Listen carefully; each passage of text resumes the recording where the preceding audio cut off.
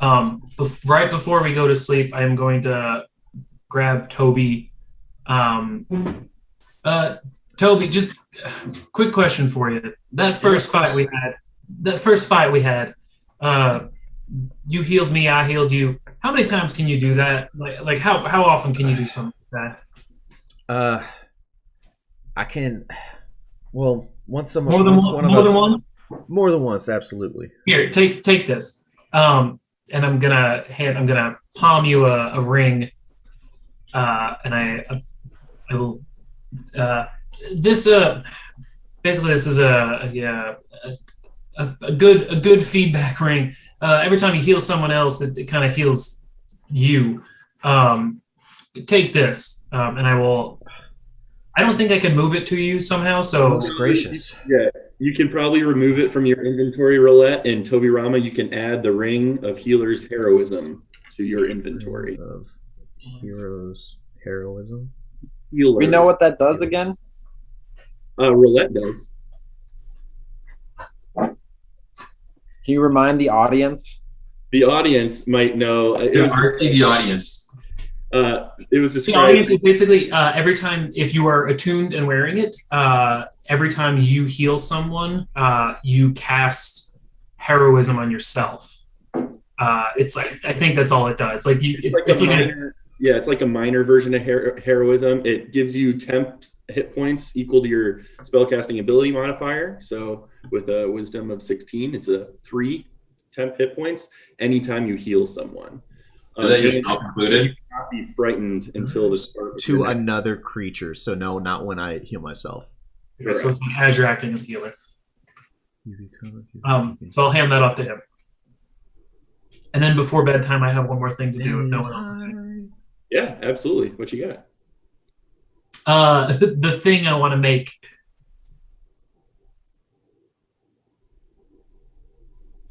Critter. The thing you want to make? Yes. You sit down with your tools and go ahead and make a. I'm going to have this be just an Arcana check.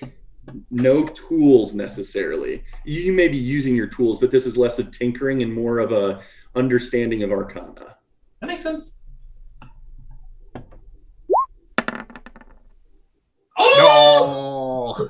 Oh So shit! naturally, you just understand. You're like, if I can do this, then I should be able to do this, and you do. You successfully achieve your goal. So I have a question. I specifically wanted it to be able to like turn on and off. Let's say it can be used similarly to another thing we talked about. Let's say it can be used a number of times equal to the creator's proficiency bonus, and it can be used up to an hour each time. Okay. Is on off 1 and then on off 2? It would be, yeah. Okay. I can't believe how much you guys just gave away, honestly. Perfect. May as well just give us the details on the sheet. That's it.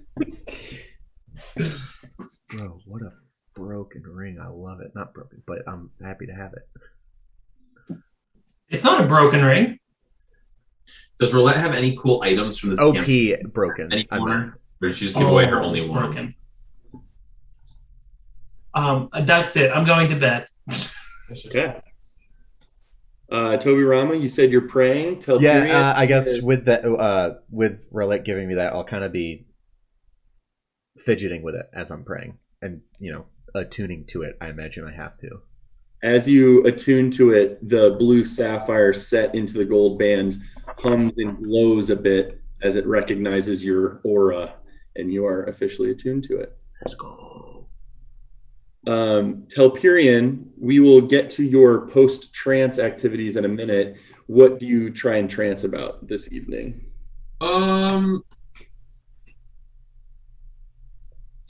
I feel like the combat would be on my mind that we just went through. And how do I do this without like expositioning it? The moon elves are very communal, and so they're very much like, if I'm going to take, I need to give back. And so Telperion is definitely thinking about how he's hoping to find information and answers here. And so he's thinking about the problem of these bandits and how he's already like started this exchange. Like he is in a hurry for his answers, but being a part of the Nora camp and helping like feels right to him because he's hoping to be getting something back. And so he doesn't want to just take. So I guess I'm thinking about what just happened, motivations, which are also kind of foreign to me because I don't really know motivations here. I don't know these people. I'm thinking of defensiveness. I'm thinking of this settlement and Gallus, who didn't provide enough information for me to go off of anything. Got it. I guess I'm just thinking about like trying to be tactical in a environment where I don't know the setting. Yeah. Awesome. Jiri, as you're sleeping, you suddenly feel a shiver come across your whole body in your sleep, and it may stir you awake for a moment, but otherwise nothing necessarily of note. And then 4 hours go by successfully. So Telperion, you are free to roam the town as you wish, without needing to make a check or anything necessarily. You don't see many people about. It's roughly, 4 or 5 in the morning, maybe. But there's noticeably a small fire going by the front gates for whoever's keeping watch up there at the watch post. And you may, if you are doing a wide berth around the town, you may see that other Noras are stationed in various locations, but nothing specifically of note. It kind of aligns with your understanding that Gallus would want to have put up additional sentries throughout the town. Do I notice do I notice if the bandits made it beyond the front gate? If the what has? The bandits made it beyond the front gate into the town. Sure. If you're getting close, make an investigation check. If you're staying kind of far away, just make a perception check. I'll get close in there. 16. 14. I don't know. What's my investigation? Yeah, 15 total. Okay. You notice scuffling footprints and tracks inside the main gate, but it all looks directionally headed out the gate. And just kind of putting it together, you imagine this is just where the main force of Nora's was able to slip out of the gate and confront bandits outside the gate. And you don't think there's clearly no bloodshed or anything inside the gate. So you think the assault was luckily kept outside the town limits. Okay. I think I will spend, I don't know how much longer of the morning there is, but I'll go probably just hang out in the training grounds of the Nora camp and just do some stances and sword flows and awesome kata. Yeah. So then as you do that and may or may not return to the Nora camp in the morning, you all begin to stir and wake on the morning of Sundas, the 24th of Hearthfire. Sundas? Sundas. I've been writing it down. I know. What do you mean? And a knock on each of your doors wakes you up, or at least grabs your attention if you're already awake. Hey, you up? Do me a favor and meet me in the mess hall in a few minutes when you can. Something important I want to ask you about. And Gallus will give that same message to each of your 4 doors. When the cock crows, I'll head to the mess hall for breakfast. I've Okay. been out for a while. Perfect. Was this first thing in the morning? Like this is right after the 6 hours? Yeah, this is pretty early. So yeah, 6, 7 in the morning. Telperion may or may not have already returned in the mess hall for some early grub. And actually Gallus may meet you out there in the mess hall, having just knocked on your door, maybe didn't even hear a response, but finds you in the mess hall as you wait for the other 3.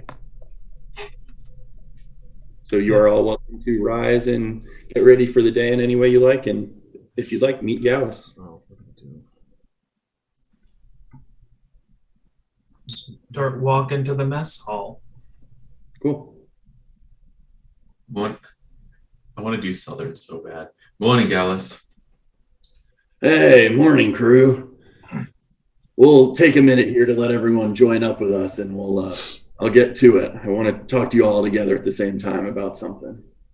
So then if you all gather, if Toby Rama wakes up and heads to the mess hall, and same with Jiri.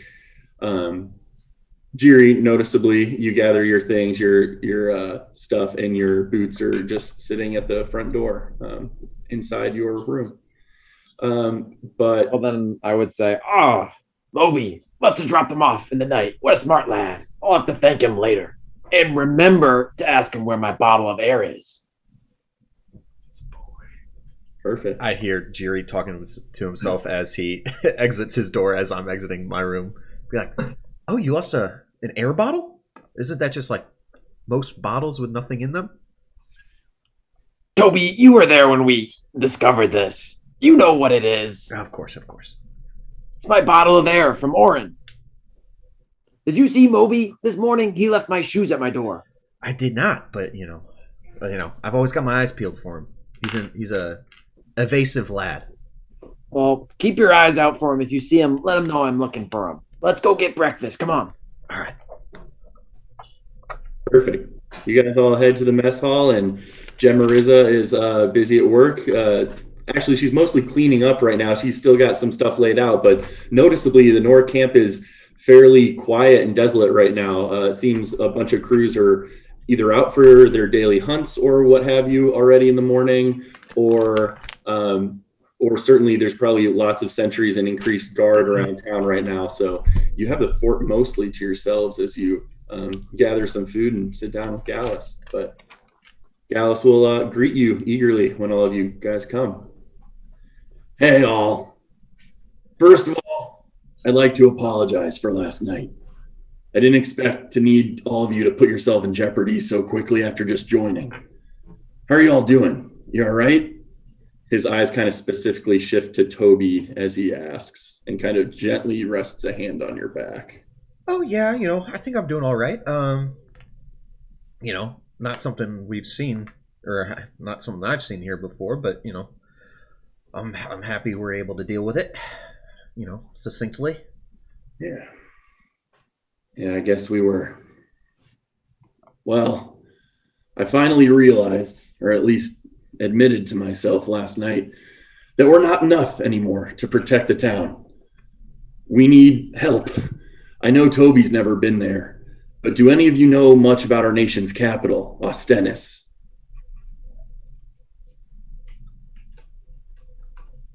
And none of you have been there, but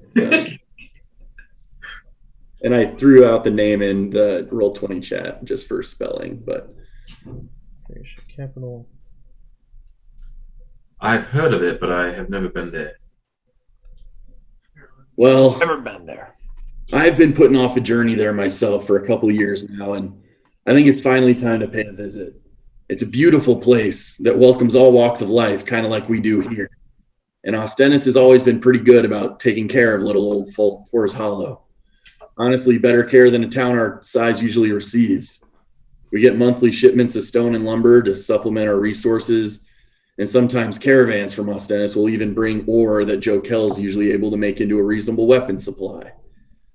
But threats from the forest and now surrounding territories have become more frequent, and last night's raid confirmed my fears. If we don't pursue real help, one of these days we're going to lose someone. So Gallus, you're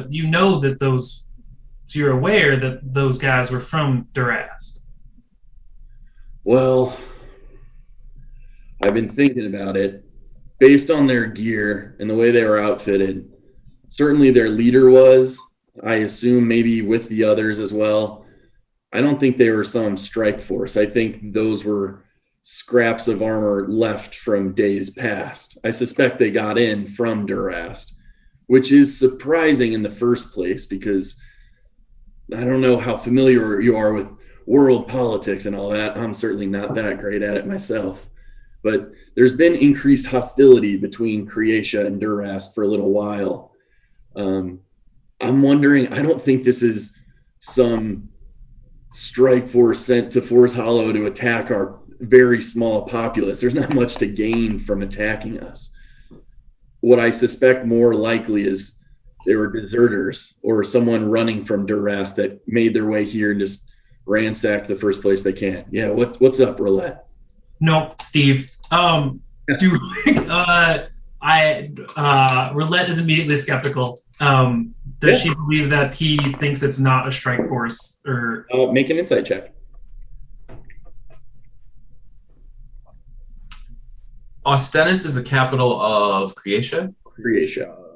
I knew it. 13's pretty good. Gallus, you've spent enough time around him to like know his kind of blunt sincerity. He definitely seems sincere. Whether or not he actually believes that or is like shrugging it off as nothing, you're not sure necessarily, but you sense truth from him. But yeah, so I know I saw some of that guy's gear was Durastian. I just don't know that it's, regardless, if there was intent behind it or we were just a casualty on their route, we still need defense. How far is Ostenis from here? Well, it's about 200 miles, which starts to bring me to my point. Well, wait, hold on. In the forest, we use kilometers. So Bell says, "Fuck you." Right. I'm good at those kind of calculations. So I'll figure it out. Thank God, that's above my head. it's about 120 kilometers. But yeah, I will be traveling to Ostenis tomorrow morning, and I would like the four of you to join me if you're willing. I've been very impressed by the four of you. Jiri, I'm sure like there's much more to see entertainment-wise in the capital than there is here. And Telperion, I got the understanding that when you came, Forest Hollow would just be a stopping point for you. Roulette and Toby, you've shown me enough here that I just like having you at my side, and I want to have your back, and I'd like you to have mine if you're interested in journeying to the capital. But I plan to seek an audience at Prism Palace and request not just an additional resource, but also for a small contingent of the nation's guard to be posted in our town. It's been a long time coming. We need a higher degree of professional defense than what we've been able to give the town so far. How do you all feel about that? What does Forest Hollow offer that the capital would want to spend its resources protecting it, besides lives? A very discerning question. And the answer I can honestly say is not a lot. We're a very minor town that just mainly supplies crops. We send our crops occasionally to other nearby towns. And I think more than anything, frankly, my reputation in Ostenis has aided Forest Hollow a little bit. I'm fairly connected with some individuals there, and I think I've earned their trust and respect, and they know what the small town I'm trying to achieve and protect here. And they've honored that and have resourced us accordingly. And is your goal for Forest Hollow to grow? Not necessarily. I have no plans. Maybe the matriarchs would like to see more and more people flock to this town just because the environment here is really special. I mean, we have less economic trade within the city than most towns do. This is a very bartering place, which is, I can't say the same for most cities in the nation. Like, we all just kind of trade our goods and service for each other's help here. It's not very much a gold-driven economy. I like that. I think the people here like that. I think that's why people come and they stay, is just because of the atmosphere. Nowhere else is really like this. So I'm not necessarily trying to grow it as much as I am trying to maintain the atmosphere of a small town. If that grows and we can expand that to more and more people, great. But that's not my goal, I wouldn't say. But how are you guys interested in a journey to the capital tomorrow? Wait, you said leaving tomorrow? Yeah, so what I'm hoping is you guys feel free to take the day. We've got enough crews out on hunts. I think Joe Kell's squared away for the day. We've got lots of sentries and troops scouting the town. I don't think there's anything we need to responsibility wise from you guys today. I'd prefer you, if you're willing to go tomorrow, take the day today, peruse the town at your leisure, and pack up your things and be ready to head out with me tomorrow. How long would we be expecting to be on the road on our way there? So usually, it's a good question. Usually a 200-mile journey to the west would take someone on foot, like a traveling caravan, a little over a week. Luckily, Farmer Vernon has agreed to lend us 5 of his horses, which should cut the journey to about 4 days. So make sure to pack, if you're interested, make sure to pack bedrolls and sleeping gear and camp gear, because we may be roughing it for a few days. Gallus, those contacts you mentioned in Ostana, so those government-related officials? Some, yeah. I've got friends in the city proper as well, different shopkeepers and the like. But yeah, I've a few friends a little higher up. I'll speak for myself very, very quickly. I'd be more than happy to join if you wouldn't mind. At least nothing too formal, but an introduction to some of those friends. Of course, when I say I want you all by my side, that includes meetings. Whoever I talk to, I'll gladly have you there. You show me you have the town's best at heart. So I'm in. Road trip. I've got 2 questions though. Yeah, First, cheers. think we might need a 6th horse, one to carry our supplies. If we're aiming for speed, we might need something to hold our weapons and armor and equipment so that we can travel quickly. I actually thought the same thing. That's a good question. Although generally a nice horse can easily accommodate a single rider and their pack of gear.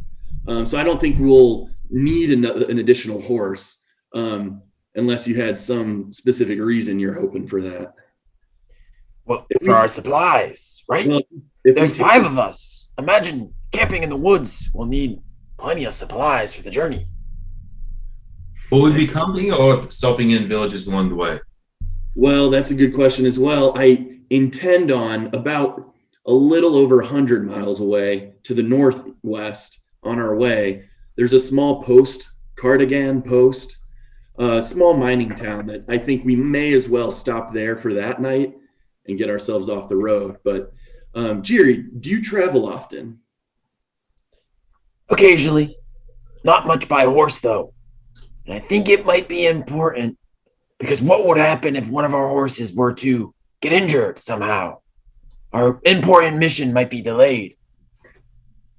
That's true. If we ran into a situation where we potentially lost a horse or two, the only problem is if we tried to bring a real cart for a caravan style situation, that would dramatically slow our pace and it would turn into a longer journey, which frankly I'm not that interested in. I'd rather double up riders on a horse in that situation. I'm just saying, one extra pack animal to carry our things. Keeping our other horses less likely to get injured due to strain or over riding. I'll give it some thought. All right. Well, I've got a second idea as well. I agree with the primary mission, but I think we need to add on a secondary mission as well. Oh, yeah? I think that there's an issue here in Nora's camp, an issue of image. You guys are quite hospitable, and that bodes well with good folk, but not for evil folk, right? I think maybe on the way we should spread the word of how awesome Nora Camp fighters are. Let people know that Nora Camp means business. A whisper campaign.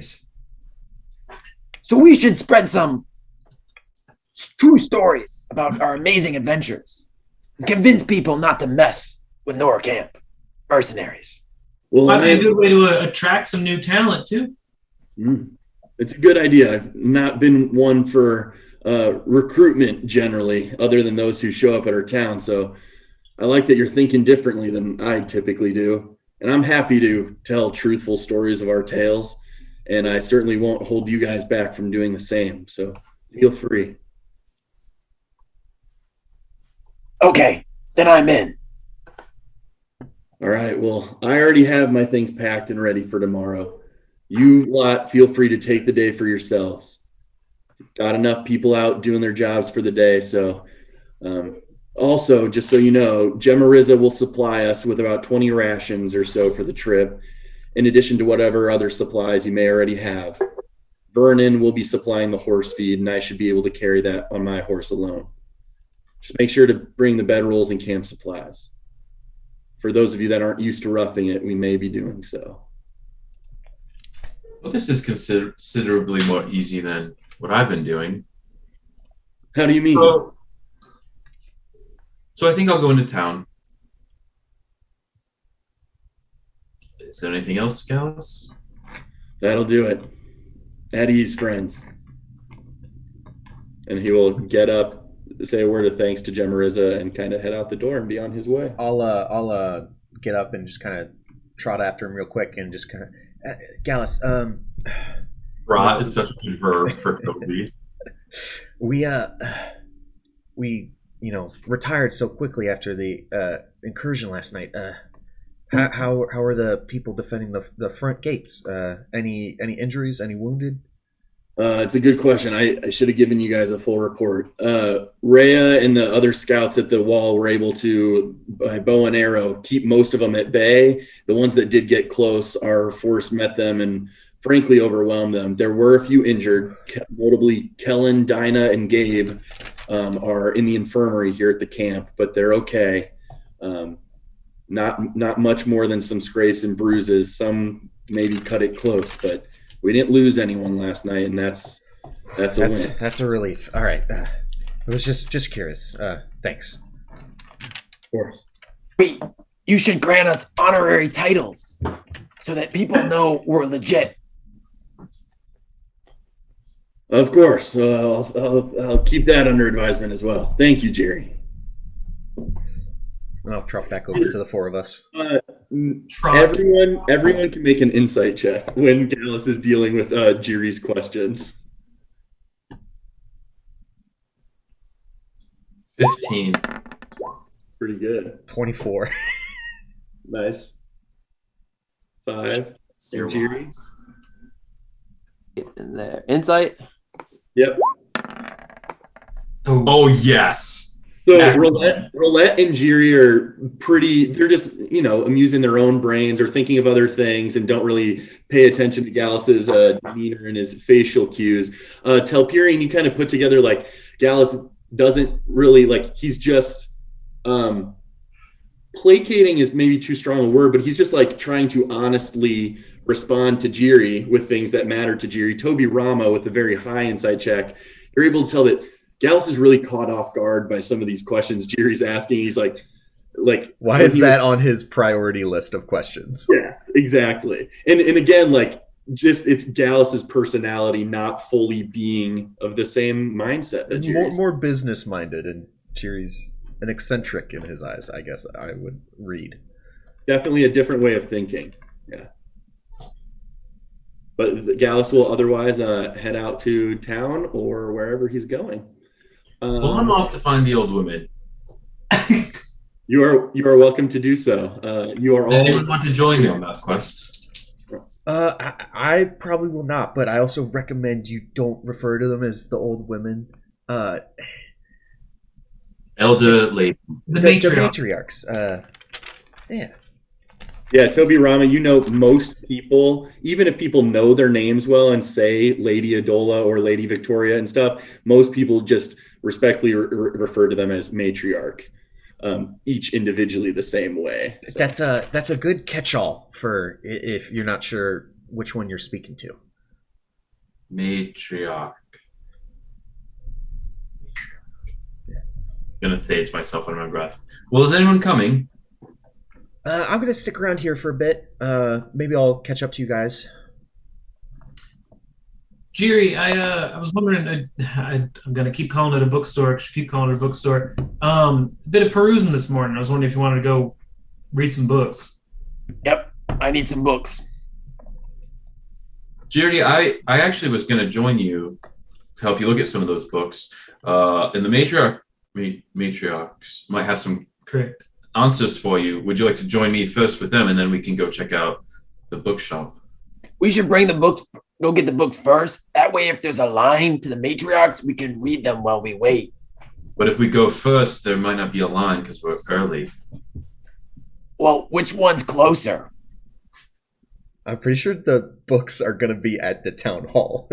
But yeah, Toby Rama may or may not advise you that there is no bookstore.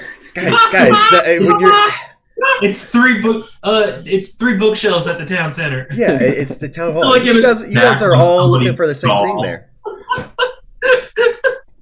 some bookworm storekeeper just had a couple books with him as he was waiting, and that's what Jiri thinks is the bookstore now. Oh yeah, they definitely got cursed cover there. All right, so I guess 2 birds with 1 stone, right? Classic saying. Yeah, sounds like the three of you may make your way to the town center, town hall. And Toby Rama, before we get to those three, what are you gonna do for your day off? I'm gonna start by go visit. What did Gallus say? Kellen, Dinah, and Gabe. Helen, Dinah, and Gabe. I'll go one at a time, check on them, and see how they're doing. Sure. There is kind of a elongated room with a bunch of cots that serves as the kind of makeshift infirmary in Nora Camp. And there are various people that are medically savvy, at least combat medic wise, here in the camp, so that your services aren't always needed for everyone in town, and other, physicians and the like. But some are catering to those three, and otherwise those three are in bed. 2 of them are asleep. Dinah and Gabe are asleep, and Kellen is awake, just kind of like massaging his leg. I'll head up to him. Say, Kellen, how's it going? Hey, Toby Rama. It's good to see you, man. You doing all right? I guess you were involved last night. Yeah, just a little bit bruised up. Honestly, we made it out pretty well, and we did well as a crew, honestly. The mercenaries really... We put our name to the test, and I think we excelled. So that's what Gallus was saying. Yeah, I might have a broken leg, but it's gonna be all right. Oh, here, let me try and help out with that. I'll do.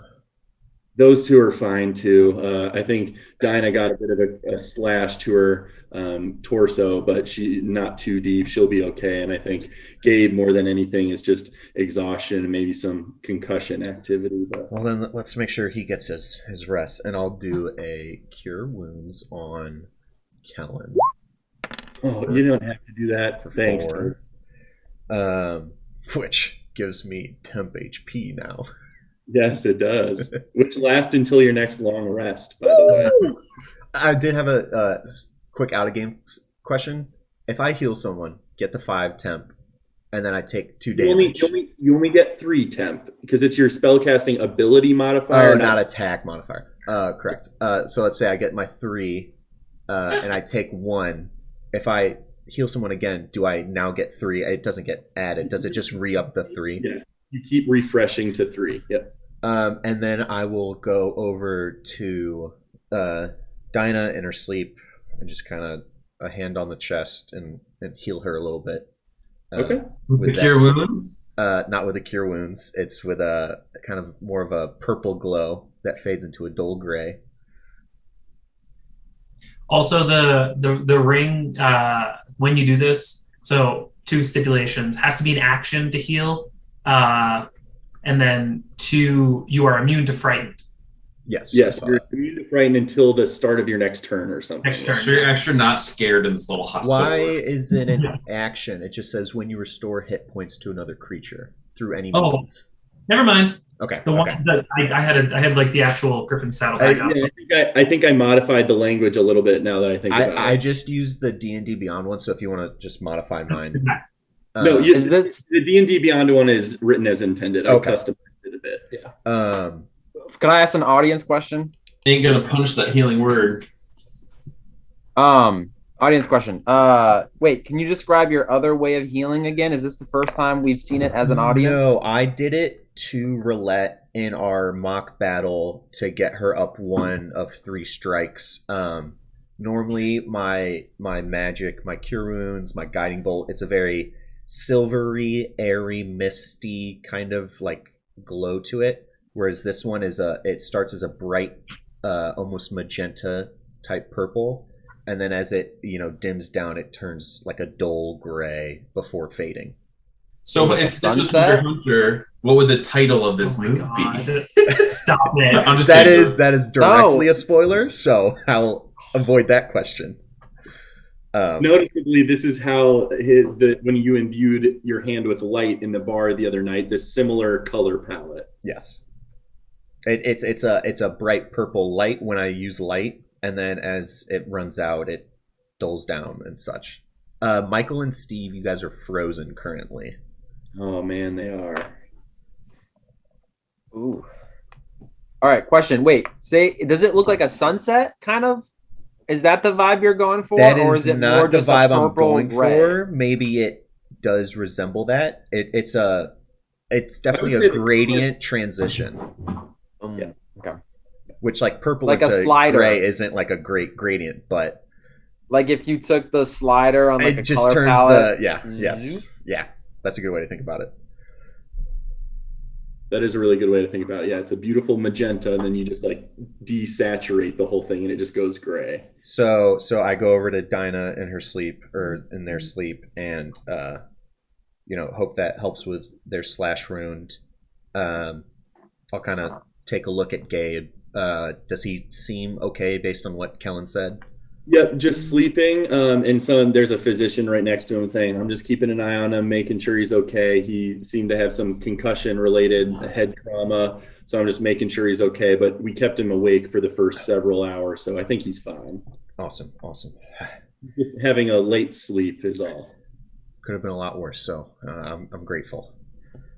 And then I'll head up to my room for some Thanks, extra. Toby Rama. Appreciate it. Catch you around, Kellen. And I'll head up to my room and spend some time in prayer. Sure. Sounds good. Make a religion check while you're praying. Always. Ooh. Oh, me and my intelligence go hand in hand. No. I want the others to potentially jump back in before I continue, because Okay. a poor religion check does have a response. More Toby flavor questions. Describe the silver again so I can really get down what it looks like. You know how people like describe when a guiding bolt hits and there's still that like light left over to give advantage? Yeah. It's kind of like that. But it's silver. It's like a silver. You can kind of see like, imagine like a cloud, but it's not dense. The main thing that rings out is like sparkles, like mixed in with it. That's the beam that's coming through, like through the air. Just anytime I'm using that kind of magic, it's based in a airy silver with kind of flecks of silver sparkles. So not like fireworky or more metallic-y? More metallic-y, I would say. In color palette, yeah. And motion to it, or is it very rigid as it travels, like a guiding bolt? I guess I would or does it flow? I guess I would imagine it seems to flow like would make sense as like if you see like steam moving around and you like waved your hand through it, it would like start swirling and stuff. But it's silver. Oh, that's sick. Okay, I think I got it. I feel like it's like particle effect-y. Like if you're thinking video game character like Delson Rowe from Infamous sending a blast of neon, but it's like silver neon with like wispy effects. I should play Infamous so I can confirm that or Someday you'll play the very first PS4 game I ever played on my PS4 on your It's PS4. free on that collection, so I can download it anytime. Cool. So Telperion and Roulette, while you were gone briefly, Toby's just went to the infirmary to kind of tend to the 3 people that were somewhat injured in the fight last night, but all 3 of them seem okay. And then Toby Rama kind of retired to his to his bunk room for a while for a bit of prayer and rolled a 7 on a religion check. And with that 7, as you're praying, you fall asleep. Just briefly, you may doze off a What little a bad priest. Just a little bit, maybe like trying to get into the spirit of your religion, but you just kind of like aren't feeling it in the moment. We've literally seen this before when he was an altar boy. Yeah. We watched him fall asleep on the altar. that vibe for sure. And as kind of darkness takes over your vision briefly, you once again find yourself in a dark space with silver mists swirling around you. And suddenly those silver mists condense and get denser and denser, block your vision, and then they dissipate rapidly. And when they dissipate, they reveal an aerial view of a cityscape as wind rushes past your face and you swiftly move through the air above it all. You see the wall boundaries of a city far to the north, very familiar to you. You see a tall chapel and can even spot roughly the location of the Ironson household. At this time, right as you start to notice the continued feeling of a hand that has been grasping the back of your shirt, keeping you up in the air, its grip releases and you fall. The sudden sensation of falling wakes you up and you find yourself having just dozed off in prayer. I'll take some time to kind of internalize it, commit it to memory. Why show me there? It's been so long. Okay, and then I'll kind of finish my prayer that I dozed off in the middle of, and I'd say total like it's been an hour and a half, and then after that point I'll make my way after the rest of the group. Okay. You are welcome to do so. So you will join up with them in a little bit. Telperion, Jiri, and Roulette, where you want to head to town hall, roughly? The old woman. The matriarchs. Bookstore. Amazing. You guys are all able to proceed from camp into town, and you can head into the town center. And in the middle is town hall, a maybe 2 or 3 story building that's slightly bigger than the kind of residential wood huts around it, and is able for you to approach. Walk in. Also, noticeably, on your walk, townsfolk seem to be kind of going about their days, but definitely a sense of unease and just kind of general nervousness. A lot of people are staying inside, definite increased patrols from Nora scouts. Rodrigue, the farmer whose corn maze is his crop, he and his 2 sons are harvesting the corn along with some Noras that are scouting that area with him and preparing to further barricade that section of town, which you just kind of notice as you approach town hall, which is very close to that corn maze. Otherwise, town hall sits in front of you. What number? 8? Yeah, roughly number 8. I would say the building, and again, this map doesn't do a perfect job of replicating it, but yeah, it's probably just the biggest building in the center of town. We walk in. Are there people like coming in and out? Like, Not a what's the population size? Population size in the whole town is about 83, 84. And people seem to just be like amusing themselves in their houses, around their houses, with general like landscaping or, carrying bags back and forth to whatever their daily chores are. And then a large part of the population is the Noras. No one is going in and out of town hall right now. Oh, okay. So no line. Perfect. Let's head on in. See Althea's ruined things. see if the matriarchs are in. Oh, computer, come on. Okay. I lead the way. Okay, I'm assuming it's an open door. I'm just so excited to play the straight man to Jiri for like this whole campaign in a British accent. Just really pumped. there There we go. you guys go up to the door. Roulette knocks on the door. opening the door is the familiar face of Moby. Oh, Hey guys.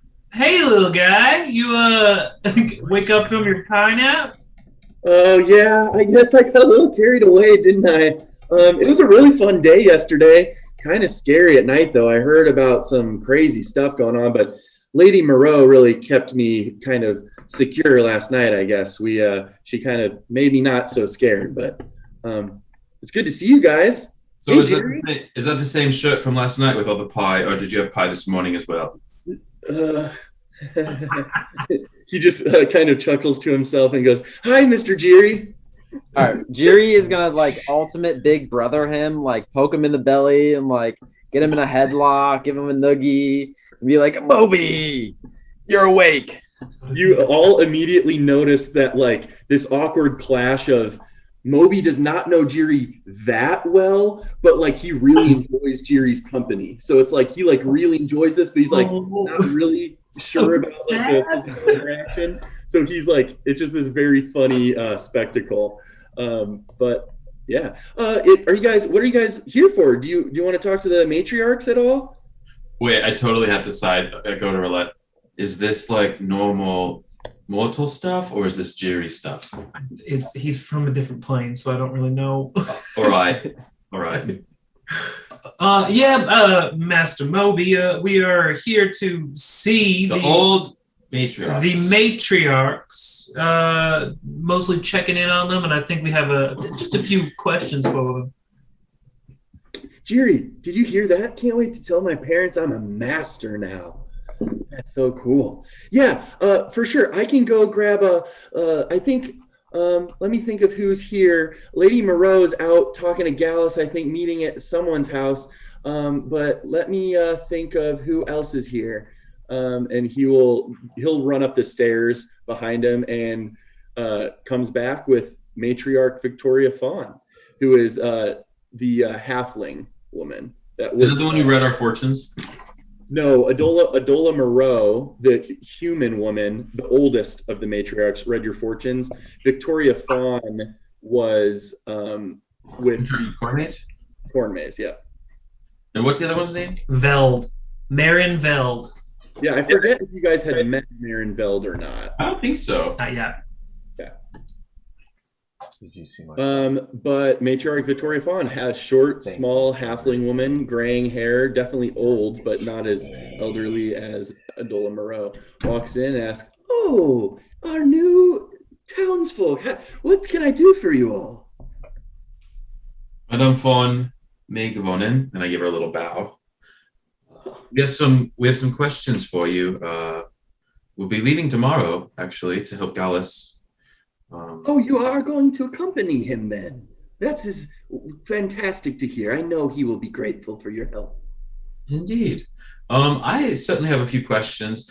Our first question, Matriarch Fawn, are you okay? Last night, I know there was a bit of a ruckus at the front gate out in the cornfield, and I one of the first things I want to do is make sure matriarchs are you and the other two are okay. Yeah, so we are quite all right. It's a little bit of a scare for sure last night. I will say that Jokel was quick to rush to our aid and protected us from within town hall should anything arrive. So we appreciate him more than you know for that. But other than a bit of a scare, we were able to safely remain in town hall for the night. I will say in the future, you may want to talk to Jokel. The bandits may have been coming for town hall for whatever coffers you have, and it might be a good idea if you weren't here, because that's where they might be coming. And if you were somewhere else and something did happen, it would probably be best for you to be separate. And if they were coming for you, they wouldn't know what you were. I could see how that would make sense. It'd be so hard though. All of our things are here. Just like a bunker to hang out, hide, put a few books. Matriarch Fawn, I wonder if you might entertain. We actually met with Gallus this morning when he was talking to us about taking this trip to Ostenis. And I'm relatively new to town, and my friends Telperion and Jiri here are also pretty new.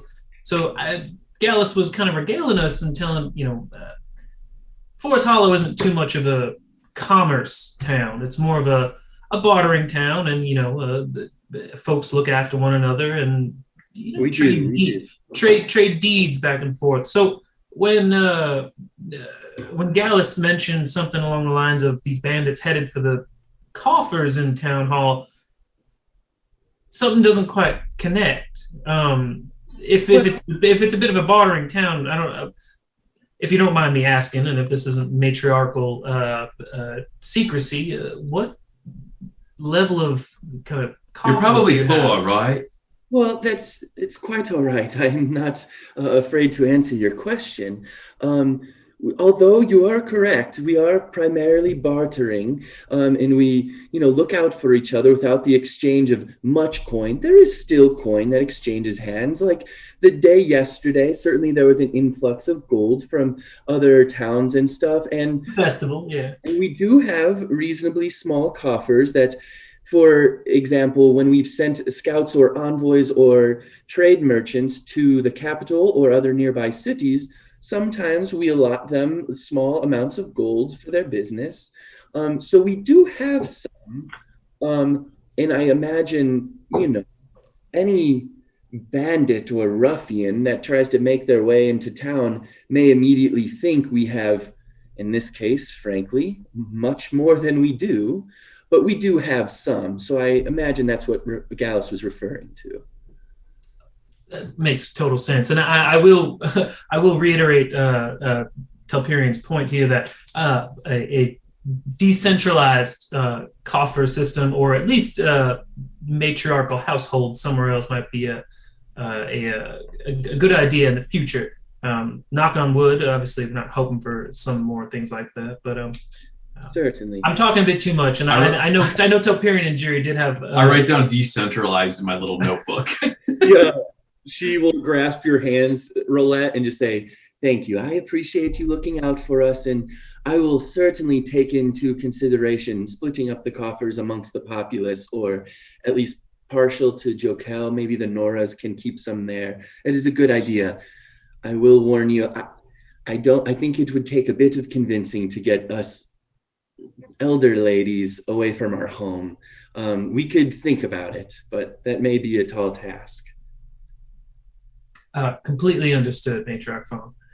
I will step back. I know newcomers here, Telperian and Jury, did have some other questions not pertaining to last night's event, so I'll let them kind of ask away. And I will step away. How easily locatable is this bookshop in the town? You can ask about it or look around and peruse your surroundings. Oh, Matriarch Phone, one last quick question. Gallus or Ira mentioned something about a collection of books that might be somewhere here in the town hall. Is it easily accessible somewhere here? Yes, of course. Ira actually keeps a few books to himself at his abode, but primarily the library is just down that corridor and on your right. You'll find several shelves that it's not much, but it's all we've acquired in the last, couple decades. So you're free to peruse as you wish. Very thankful. Unless Telperion is going to say anything, Jury would like to talk to her, not necessarily privately, but he's definitely going to lower his voice so that nobody in the surrounding area can hear, right? But maybe just Telperion, the three of us, right? Wait, is it to me? No, to her. To her. To the matriarch? Yeah. Oh, I'm walking away. Okay, so if Roulette's out of there, then he's out of the sphere of my voice right now. And I want to ask her, in all seriousness, is there anything else you can tell us? We're here to help.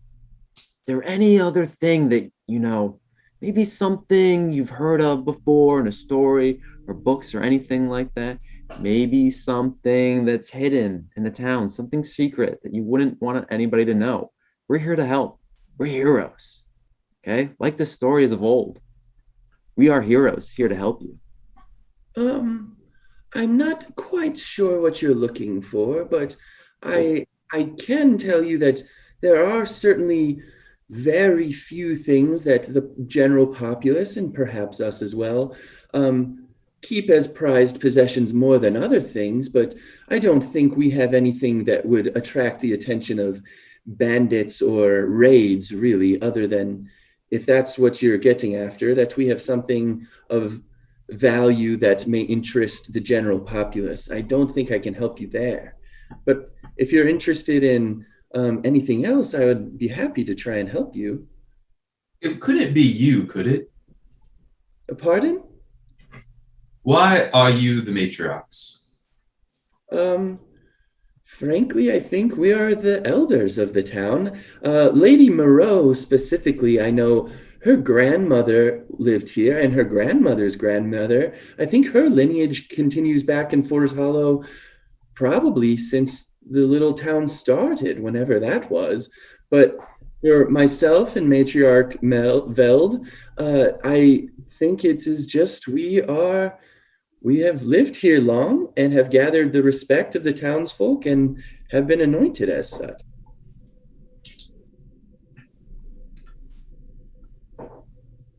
Well, Jerry, did you have another question? No, that was it. Did Forget you- I said anything. Okay. I'm gonna go check out the books.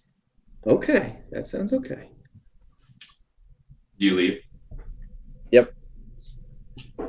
Madam Fawn, when we chased the farmer's horse into the woods, we found an Elven Ruin. Does that surprise you? It does. Rhea gave us her full report yesterday morning before the festivities began. She was really singing your praises. Your group has really come together, it seems, and is quite competent at navigating the forest and protecting yourselves and protecting Rhea as well. She was grateful for your aid.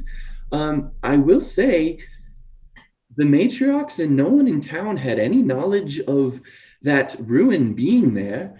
I don't know much about sun elf people in general. I was surprised to hear of the discovery in the woods. There hasn't been any whisper in your lifetime of elves nearby passing through, anything like that? Not in my lifetime. I fear, from what I hear of elves, my lifetime pales in comparison to the lifespan of most. So, I am but 78 years old. I can't say I have knowledge that goes back any further than that. Forgive me for asking, but are the other matriarchs older?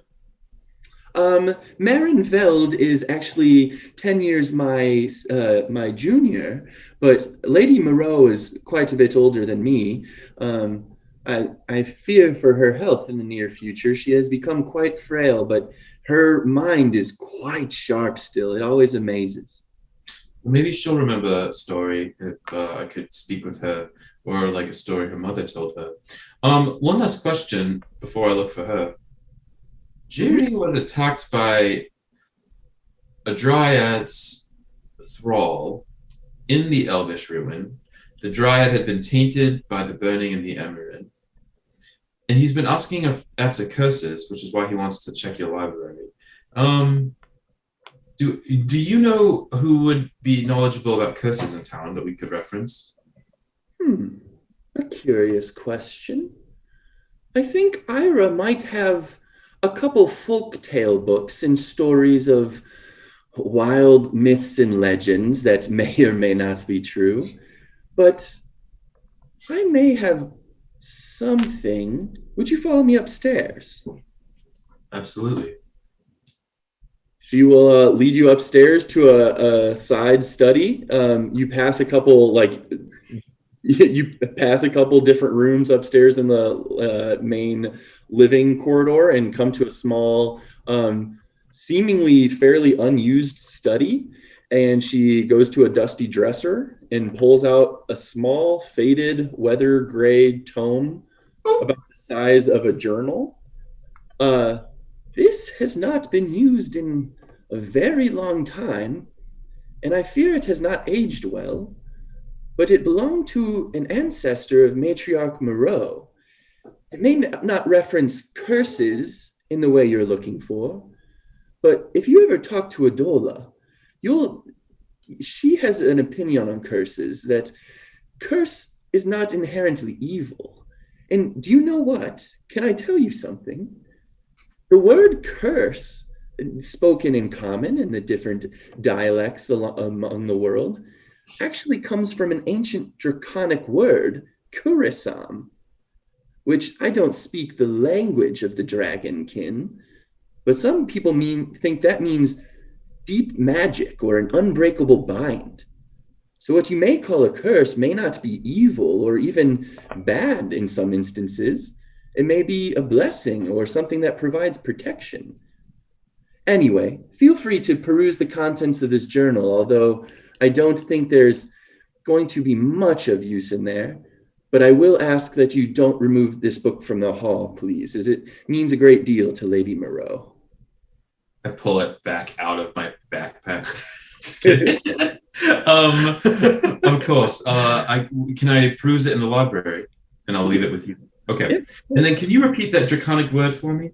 Yes. The word for curse originates from the word kurisam in Draconic. Again, that is something I've bit of a fun fact I have picked up in my years.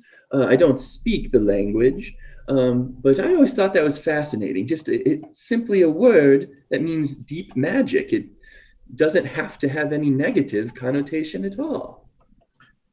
A fun fact. A delightful information. Yes. Playful news. Quite. Fun fact. I think so. Under Kurisam in my notebook, I write fun fact, ask Jerry. Okay. I thank her and I go down to the library. Awesome. Roulette and Jerry, you are able to peruse the library at your leisure. I am very passively not really paying attention because she mentioned that all the books that I probably would care about Ira has, and I know I'm going to go visit him at some point. But as soon as Jerry walks in,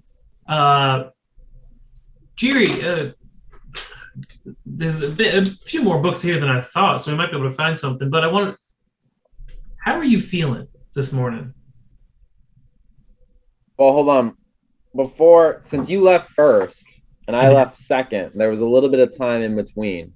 And so I grabbed Moby and I pulled him aside. So I kind of struck out in that conversation with Madam whatever her name is. So I'm going to pull Moby aside. I'm going to say, good job bringing my shoes last night. Where'd my bottle of air go?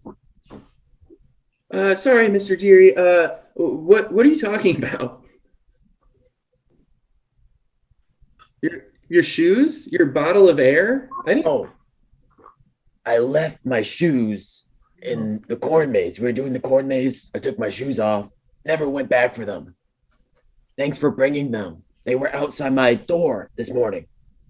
Oh, maybe someone else did that. I didn't do that. Sorry, should I have? Yes. Did you get my note? What note? We pinned it to you last night. Oh, yes. Yeah. You told me where you were, but it was getting late, and I just kind of went back to town hall to hang out with the matriarchs. They're really nice. So then how did my shoes get outside my door, Moby? Explain that.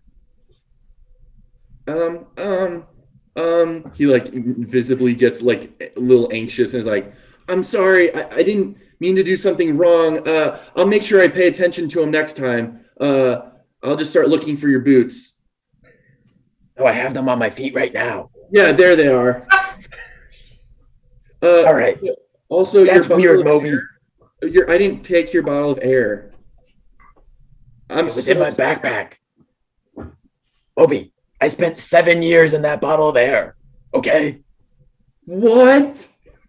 You lost my bottle of air? No, I didn't. I swear. I didn't do it. It's okay, Moby. Calm down. We'll find it. I'm sorry, Mr. Jerry. I don't think I took that or lost it. We're not going to get to the bottom of this. Clearly, we're not too smart. We're going to have to ask Roulette. Okay. Insulted. I don't think I'm smart. Sorry, Mr. Jiri. I wish I could help more. All right, just play it cool for now. We'll ask her later. Play it cool. Okay. I feel like Moby immediately starts whistling very loud. His mind is fast, like tipping the heels as he walks. Thumbs in pockets. Yeah. Love it. Then we go look at the books. Okay, Moby will follow you.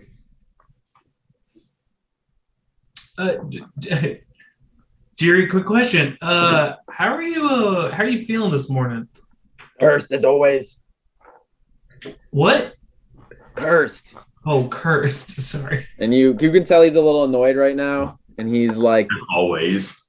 he's you got the vibe that he's trying to move forward, and he's like, Yeah. So where are these books at? They got a few shelves over here. Jerry, quick, just before you do anything, you got that blue stone I gave you? Yes. It was very thoughtful. Give me it back real quick. Okay. So just a part of what I do, what my dad taught me. This is this stone here that you just gave me back. This is a temporary magic, essentially, that I infused into it. I can only do so much of it in a day, and this will likely go away at some point if I do one too many of them.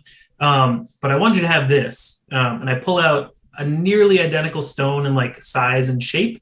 But it has like symmetric lines on it. There's a bunch of runes carved in it.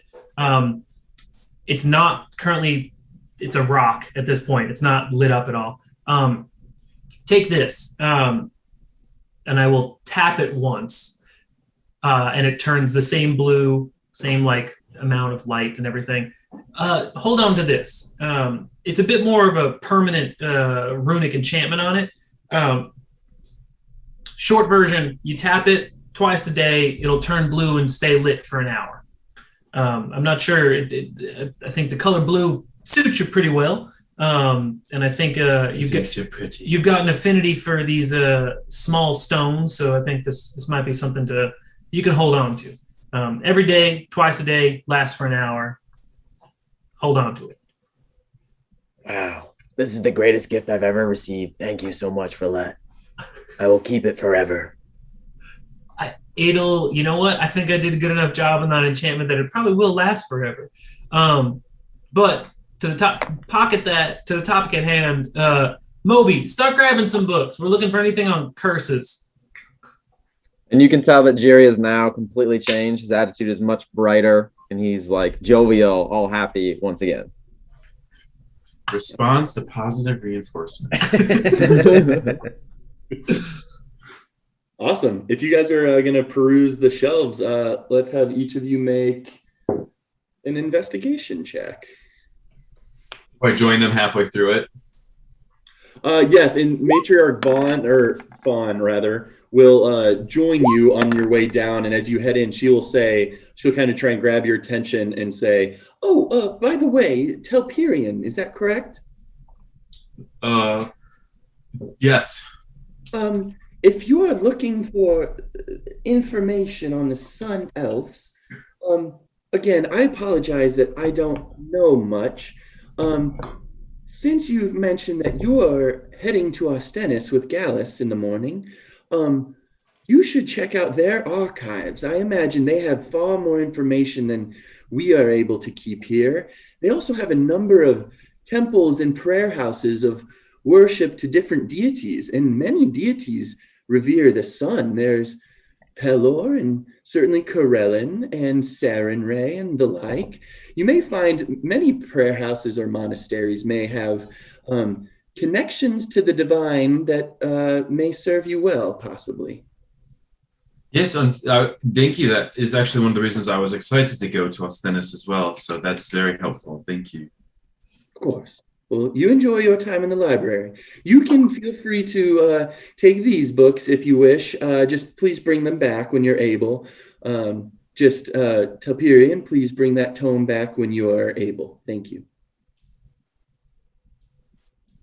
And she will leave and let you guys peruse. with your guys' investigation checks, Jiri and Moby are perhaps being overly aggressive in their search and just like pulling books and like looking. Roulette is kind of almost aimlessly not looking as vigorously, but just kind of carefully reading titles, a little more, a little more reserved intellectually, but just very clearly finds a note or a book about folktale tales of werewolves and lycanthropy. Oh shit. It just kind of catches your eye after knowing the word lycanthropy is, werewolf, and it kind of aligns with what Jiri's been talking about. Like judging Jiri's like immediately jumpy emotional state. Jiri, I think I may have found the book here, and again back to our conversation last night. I know you keep saying curse. We'll call it a current status for whatever you feel might be afflicting you. But this book might have something in it if it truly was wolf related. Roulette, is this how we would do it scientifically? Would we want to study this first before we rush to conclusions? That's measure twice, cut once is what my daddy always told me. He would say something. Measure twice, enchant once. Is what my daddy always told me. Make sure you do your research first. You don't want to go, just running off. If you think you're cursed by a wolf, howling at the moon, you just end up naked in the woods by yourself. You don't want to do that. So I'd reading a bit more first to maybe connect some dots and see if this is something truly affecting you. This is a great start. Perfect book, but we should keep looking. There could be one more. You never know. One more book, or? Yeah, useful book. Oh, sure. Can I assume, can I at this point be skimming my book? Yeah, absolutely. Let's have Telperion make an Arcana check at disadvantage because the tome is so weathered and faded. The pages are containing like almost no legible information, to see if you can piece together any language or kind of runic equation type. Folk tales and tales. Also, Michael, how you doing? You haven't talked for like an hour. That's because Toby's been praying for like an hour. Have you been praying? I just I rolled a 1 and a 15. Well, I have a +2, so 3. So it definitely is. God damn it. You are flipping through this page and you can see like faded hints of symbols and such, but the pages are just so worn in. Just based on your like general intelligence level, you suspect this tome is centuries old, so old. Like you're surprised it's not more worn being on this type of paper. But there are some little bits and pieces of phrases and stuff that still remain, but fairly illegible. What's it about? It seems you see some language of like ritual magic, or you see the word binding or essence. You're just getting like bits and pieces written in different languages, some foreign to you, some familiar to you, but it's very sporadic and very, very illegible. Like I'm talking like one of those things where at the beginning of a video game where it says, alter the exposure settings till you can barely see the image or whatever. Like you can barely make out some of the text on this thing. Everyone, Jiri, Roulette, I found the matriarch gave me this book. I can't make heads or tails of it really. I was asking about curses, and she had this interesting idea of how curses, in some more ancient views, could be blessings. And she gave me this. It's not doing me much good, but it is an interesting perspective because Jerry, I don't know, you keep saying you feel cursed, but you were very powerful last night. Maybe a curse is not entirely a bad thing, if it is a curse at all. Oh, there you are, guys. How's it? Yes. How's the library treating you? I literally rolled a d4 for how many interactions I would sit through before re-entering. Perfect. Oh, we found at least one book. Something about werewolves and lycanthropy. Yeah, perusing the contents of that book, you're like, this is literally a child's book. Like, I figured. yeah. It's got good pictures in it, but nothing too scientific. Because wolves don't actually talk in real life. Well, did you guys catch that it's a pun because it's folk tales and tales of werewolves? I close the book and I look at the cover and I Oh, that doesn't feel good. It is. That should have been a red flag that this is a kid's book. What's the Jiri? Apologies, it's written in the. No, what's the title of my book? There is no title. Journal. No title. Okay. Title. All right. One book. Jiri, I'm not sure this book is going to be too helpful in our current scientific endeavor. My next stop, I know I'm going to be heading over to Ira Middletop. He's my question is going to be a bit more scientific, but he might have something. I'm not sure. I know Matriarch said he'd taken a couple of books from this library, but I know I want to go briefly talk to him before I leave town. I agree. This book is pretty fantastic, but we should look elsewhere. I'll go with you. I'm going to. All right. Go on, Toby. Moby, how's it going? And I'm gonna read it. Hey, Toby Rama. It's good to see you again. It's been a little bit. Sorry I wasn't able to hang out with you guys too much yesterday at the festival. If I had that much pie, I'd have been out too. Yeah, definitely. Okay, well, you guys, Toby Rama, you probably know. Do you need the Matriarch's guidance for how to get to Ira's, or you probably know where that is? I'll show him. I'll take him there. Okay, I'll probably stay here with the Matriarchs. I think I'm helping Lady Veld later fold her laundry, so that'll be fun. Bye, hi. Bye, guys. Bye, Moby. Don't. Nothing. Don't do drugs. You are with Toby Rama leading the way. You are able to exit Town Hall and make your way over to a very small little residential house. On the way over, I'll just like sidle up next to Toby.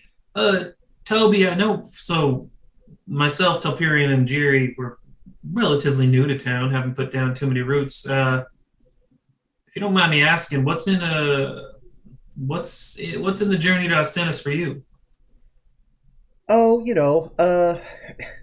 believe it or not, I'm actually pretty new to Creatia as a whole. I made my way down here from Durast a little over a year ago. Oh, and I passed through a couple towns on the way, but I just came across Force Hollow. Met Gallows, met the folk, and kind of fell in love. So like I'm excited to be there. To go see it. I've never been there. Was your departure from Durast running from something or to something? I guess I would say to something. It was kind of and I'll say this off the bat: you don't need to tell me what that to is to. It was just I was just wondering. To. No, I was just ready to see more of the world. I fully empathize with that. I'm headed to something too, and in all honesty, not sure what it is, but bigger cities in the short term. I knock on Ira's door. It takes a few moments, but slowly the front door starts to creak open, and Ira Middletop, a small elderly gnome gentleman, looks up at you. Hello, can I help you? Man of the hour. Yes? What can I... Oh, I met a few of you yesterday. We have some questions for you. Of course. Come in. And thank you for your help with last night's excitement. Gallus stopped by this morning and was singing your praises. So thank you for all you've done. I love when Gallus sings. We have some questions. Did you want to go first? Roulette. You were so excitedly knocking on the door, I thought you might want to go first. No, go for it. Ira, two things. One, not sure if Gallus has been kind of singing our praise and singing our stories of upcoming adventures, but we are actually headed out of town tomorrow on a bit of a trek to Ostanis. So first part, I am here following up on what you had told me to stop by before heading out of town. Two, I wanted to just do a bit of research with you. The background from the gnomish folk are a bit more in tune and runically inclined when it comes to enchanting things, and I wanted to see if you had any materials or wisdom or knowledge you wanted to impart upon an up and coming tinkerer myself. Mostly homeschooled by my daddy, but want to do a bit of research with you. Oh, well, I could talk to you for hours about craft of magic and the like. I study it a bit myself. I worry my studies have stagnated a bit and I have lost some of my flair I used to have. But I think we could find something to talk about. That may take a while, though. I have plenty to talk about. Well, let me. The matriarch mentioned that you might have some books here. Oh, yes. I occasionally peruse the library at Town Hall and have kind of acquired my own collection of books here. You're welcome to take a look. He gestures over to the side. There's a small bookshelf. It's not a full height bookshelf like what you're perusing at the Town Hall. It's more like a desk style shelving unit that has a couple tomes in it and books. Before we dive into topics that'll put my friends here to sleep, I'll just go peruse the book stack, and I know Jerry and Telperion at least had maybe one or two questions I wanted to ask you about the town and some other stuff. And I'm just gonna walk over and start poking around the books. Awesome. Feel free to do so. Well, I think Jerry and my questions are the same. They're both related to curses. Jerry, did you want to speak to that?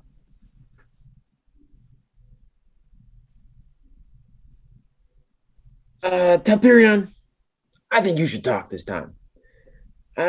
I'm still kind of confused with what's going on. I keep thinking different thoughts that don't make sense. Maybe you should talk to her. Sure. Sir. Yes, who's he talking to about? You know, he said he's confused. I think it's a part of that. My friend, Ira. Jerry here has presented us with some different pieces of information. Sometimes they conflict. He strongly believes he's cursed. I can't tell if it's a recent thing. He thinks it's related to a bite from a possessed wolf. A wolf that was possessed by a burnt and twisted dark dryad. Oh. I thought it was a normal wolf under possession, so it probably wouldn't impart any curse. But he feels otherwise. And last night we saw him do some things that gave us pause. Do you have any ideas for how we could figure out more? You see Ira kind of like, as you're saying this, like kind of stroll up to Jiri and kind of look up at him, and like you almost see him like wanting to poke Jiri, but he like holds himself back, just very curious, weird little gnome.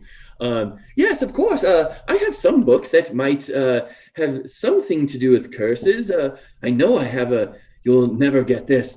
I have a book that contains the whereabouts of an interview with an actual vampire. Can you imagine? Unrise. And that certainly is related to curses, as they are cursed with vampirism. Though I have other books of, maybe not curses, but people imbued with effects that they otherwise shouldn't be imbued with naturally. Those might be of use to you. That's kind of all I can think of, though. Jerry, if of those categories, which sounds most relevant? They all sound excellent, right? That sounds like everything we need. Whatever the best book is, let's grab it. Let's get He reading. sounds very excited about these books. So you can peruse his shelves. He'll welcome you to his little desk shelf, and he'll pull out the two in particular that he was talking with, which one is literally titled Interview with a Vampire.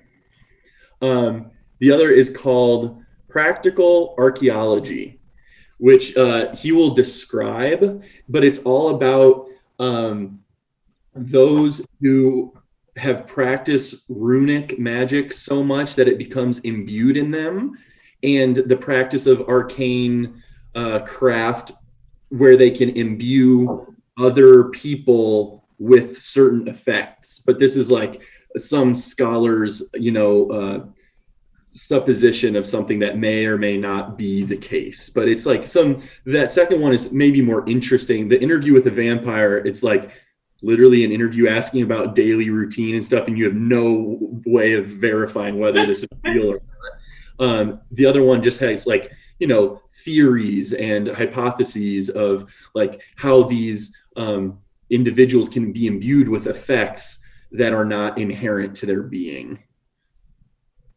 Wow. But again, not necessarily curse related language, more like imbued magic language. This is better than I could have ever hoped for. Oh, I'm so happy to hear that. Feel free to peruse and take notes. I, of course, need these to remain in my house. They are mine. But feel free to read on them as much as you like. Yikes. Does anybody know how to take notes? I thought you were going to say no. Anybody know how to read? It's actually one of my specialties. Did you want them in Auran, Elvish, or Common? Which are you the fastest at? Elvish, I suppose. How's your It's reading? Let's go with Common, I suppose. Okay. I was going to say we could find out, but it's pretty risky, right? Yeah, this is pretty risky indeed. You flip through, tell me what sounds relevant, and I will jot down notes. Okay. After you show me the relevant passages, and I'll write as fast as I can. And then y'all can have your conversation. After this session, I'll actually send you a couple bullet points of notes. Dope. But otherwise, you are free to do as you wish. Toby, what do you want to be doing?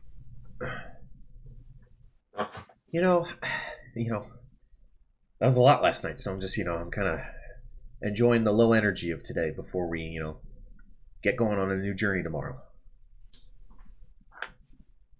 Okay. I will. I'll take that blue stone that I took from Jerry, and I will just swap out the blue light for that same lavender smell that I am now associating with Telperian, and just kind of scratch it onto there, and then I will toss it to Toby. Toby, hold on to this. It's our elven friend here has convinced me that it's a bit of a soothing smell, so keep that in your pocket. It lends itself to the library that we're forming right now. All righty. Perfect. Well, depending on how long you want to hang out in Ira's place and take notes or peruse the bookshelves, you may find that that's roughly all the relevant information you may gather here. Otherwise, the afternoon and evening will be fairly mellow, unless there's anything you guys want to continue to talk about or do, but you're free to, just enjoy the day. Ira, quick question before we, get out of your hair. Oh, yes? Have you been to Ostenes before? Oh, yes, I have been there before. In my youth, I used to travel there quite often.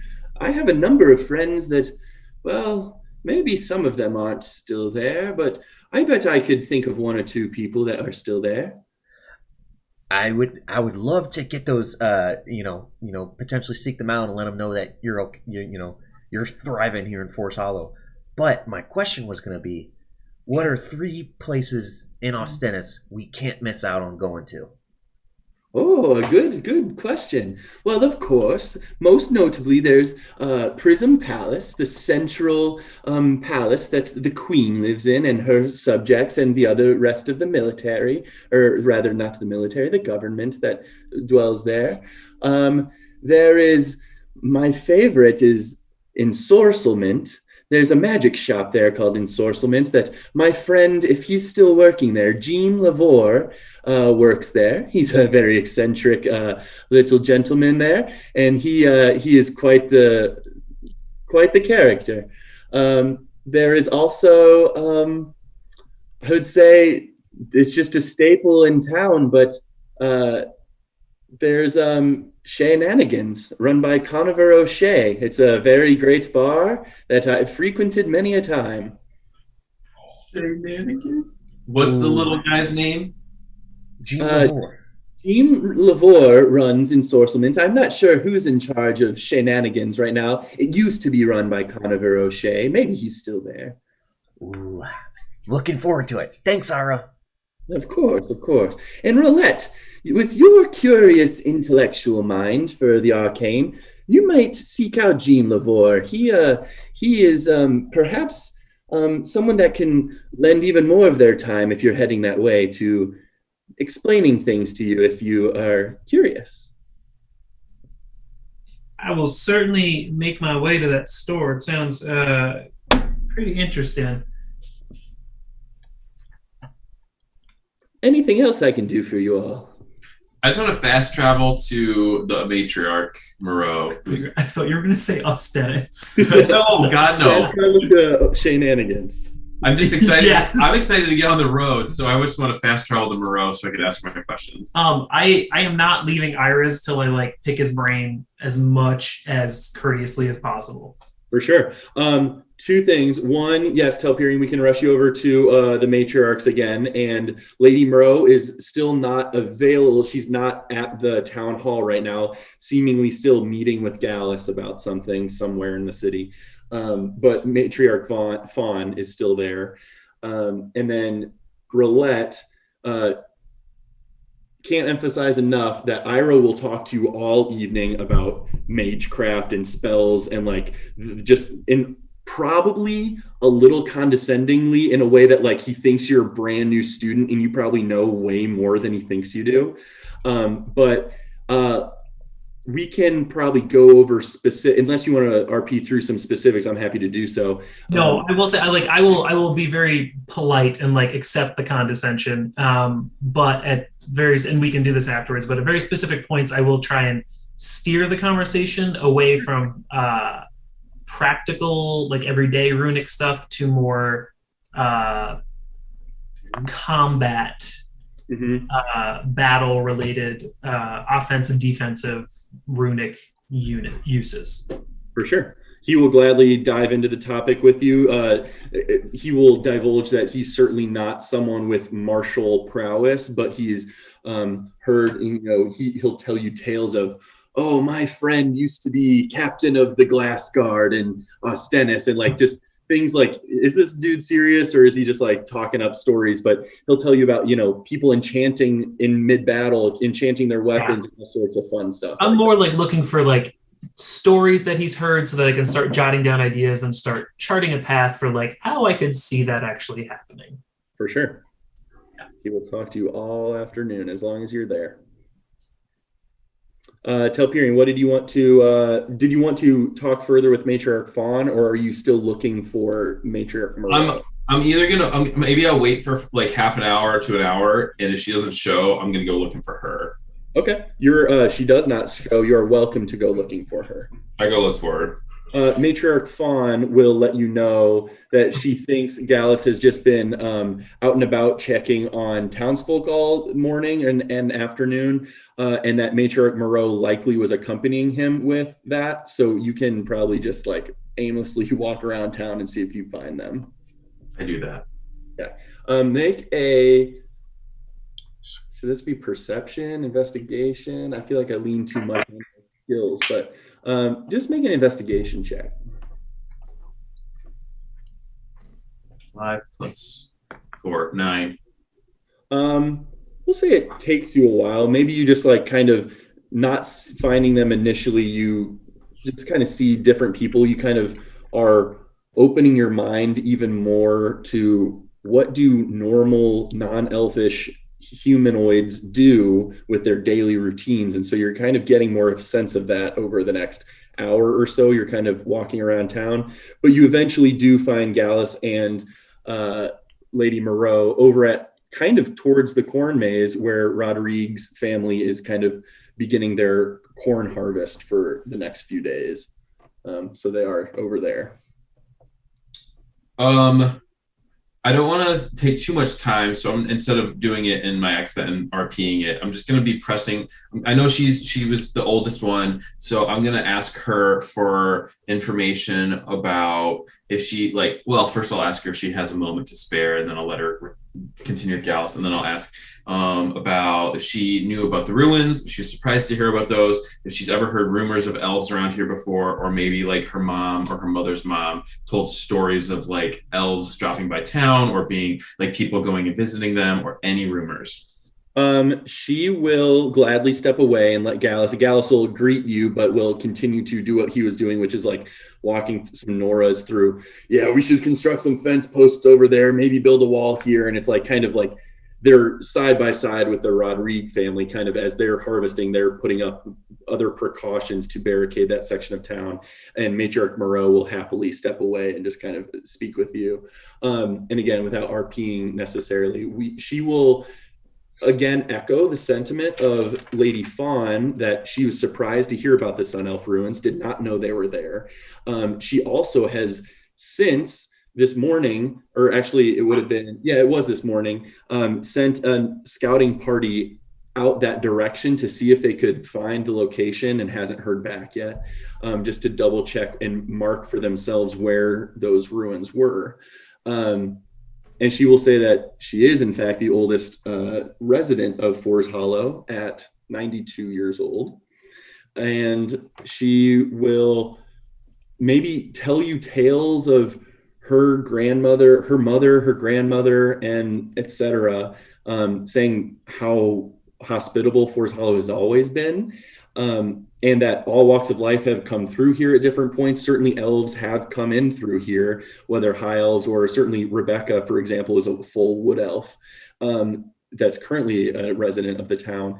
But she can't recall anything specific about ever having sun elf or moon elf residents or notable passers-by in her lifetime or her parents' and grandparents' stories. Okay. And again, being a humanoid woman, you know that this lineage she's trying to recall back stories of, best case goes back like 150, maybe 200 years if their oral history is strong. So you suspect that it's like, she doesn't know, but I'm not that surprised that she doesn't have more concrete info. Okay, that sounds good. Thank you. I'll go back and find the others and kind of conclude my night.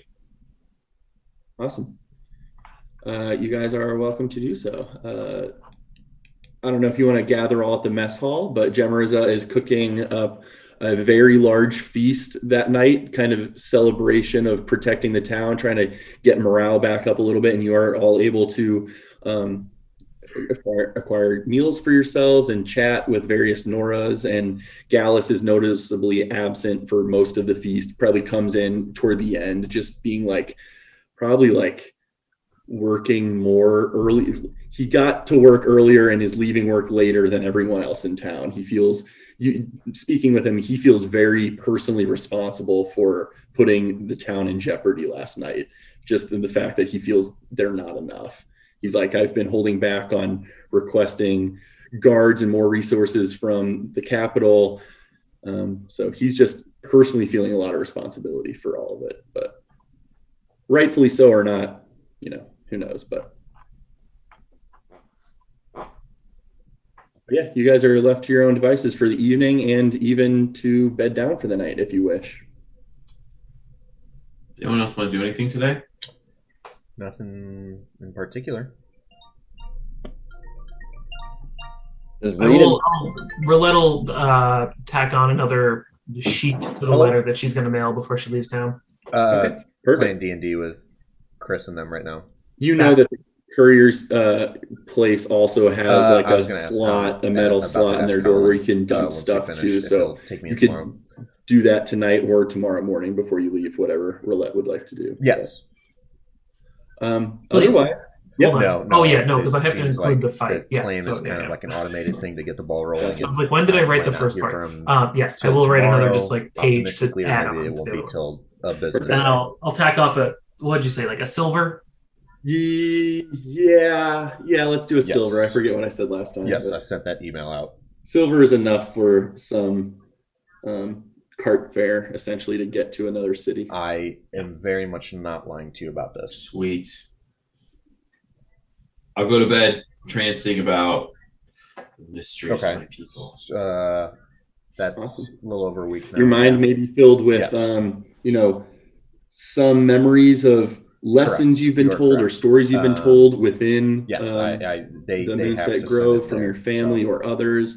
Maybe filled with memories of what you experienced in the Sun Elf Ruin. So this was or maybe even the old title was conjure like not in good thoughts enough of condition, what so they had to get a duplicate title. they could look before like if they you were could currently it's occupying that some space. dumb rule stuff. So your mind can roam as you guide it to, with the nature of your trance. But otherwise, awesome. Yeah, you guys are able to, and again, pause me if you want to give any more flavor for how you bed down for the night or anything like that. But otherwise, you are able to complete this day off and finish a long rest.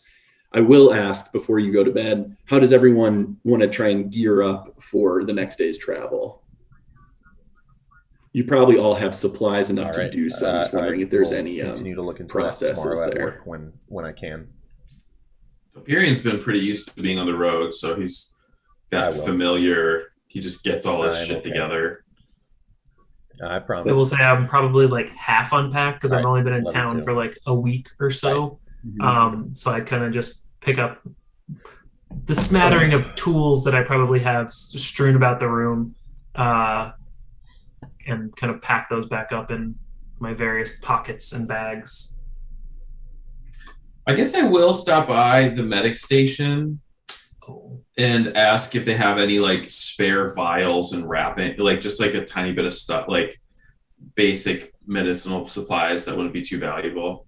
For sure. At whatever general store you kind of go to, maybe there's a couple houses that sell things or just small kind of merchant stand type houses that function as stores.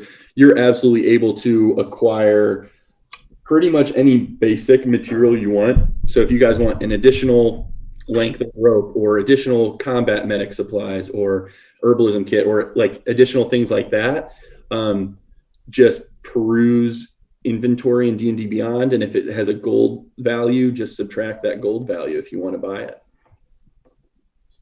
Cool. Honor system. Love it. But as we go to bed, I think we'll take a bio break there as I answer this call from my wife. Oh, your wife. Deal.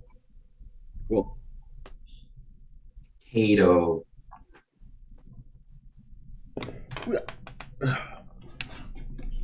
This little pudge. Okay, you did all the right settings for every. Okay, he's gone. Okay. Look at this little Kato. He doesn't know that I want him off my lap. Can you get off my lap, you little pudge? I must get up.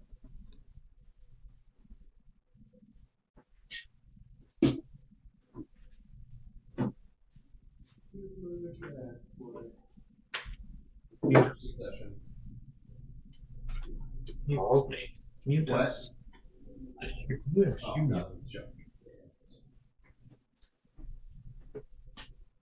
My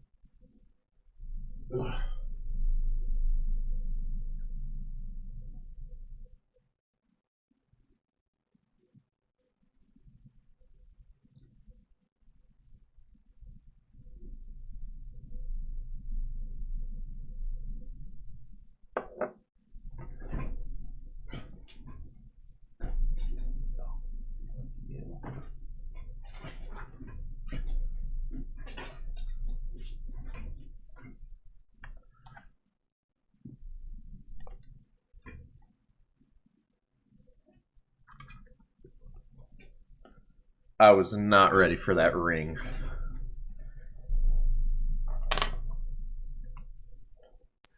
I was literally looking at it and I was like, this is gonna be cool for me later. Not right now.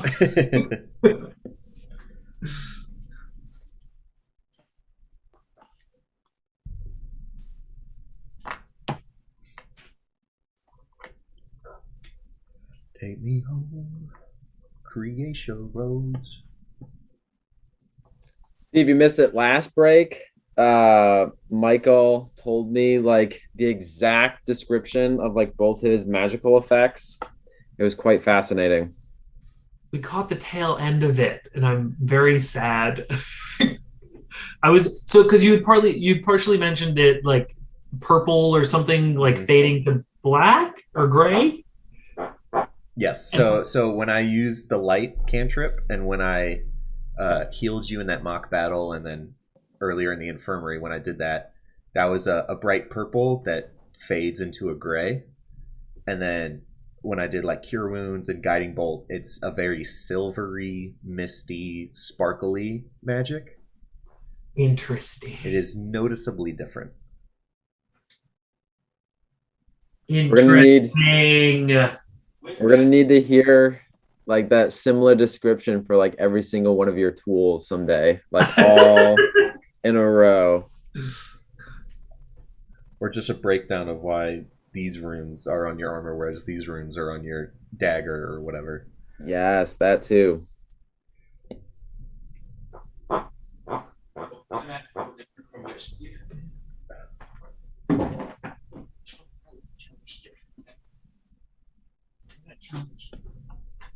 Oh, do, do, do, do.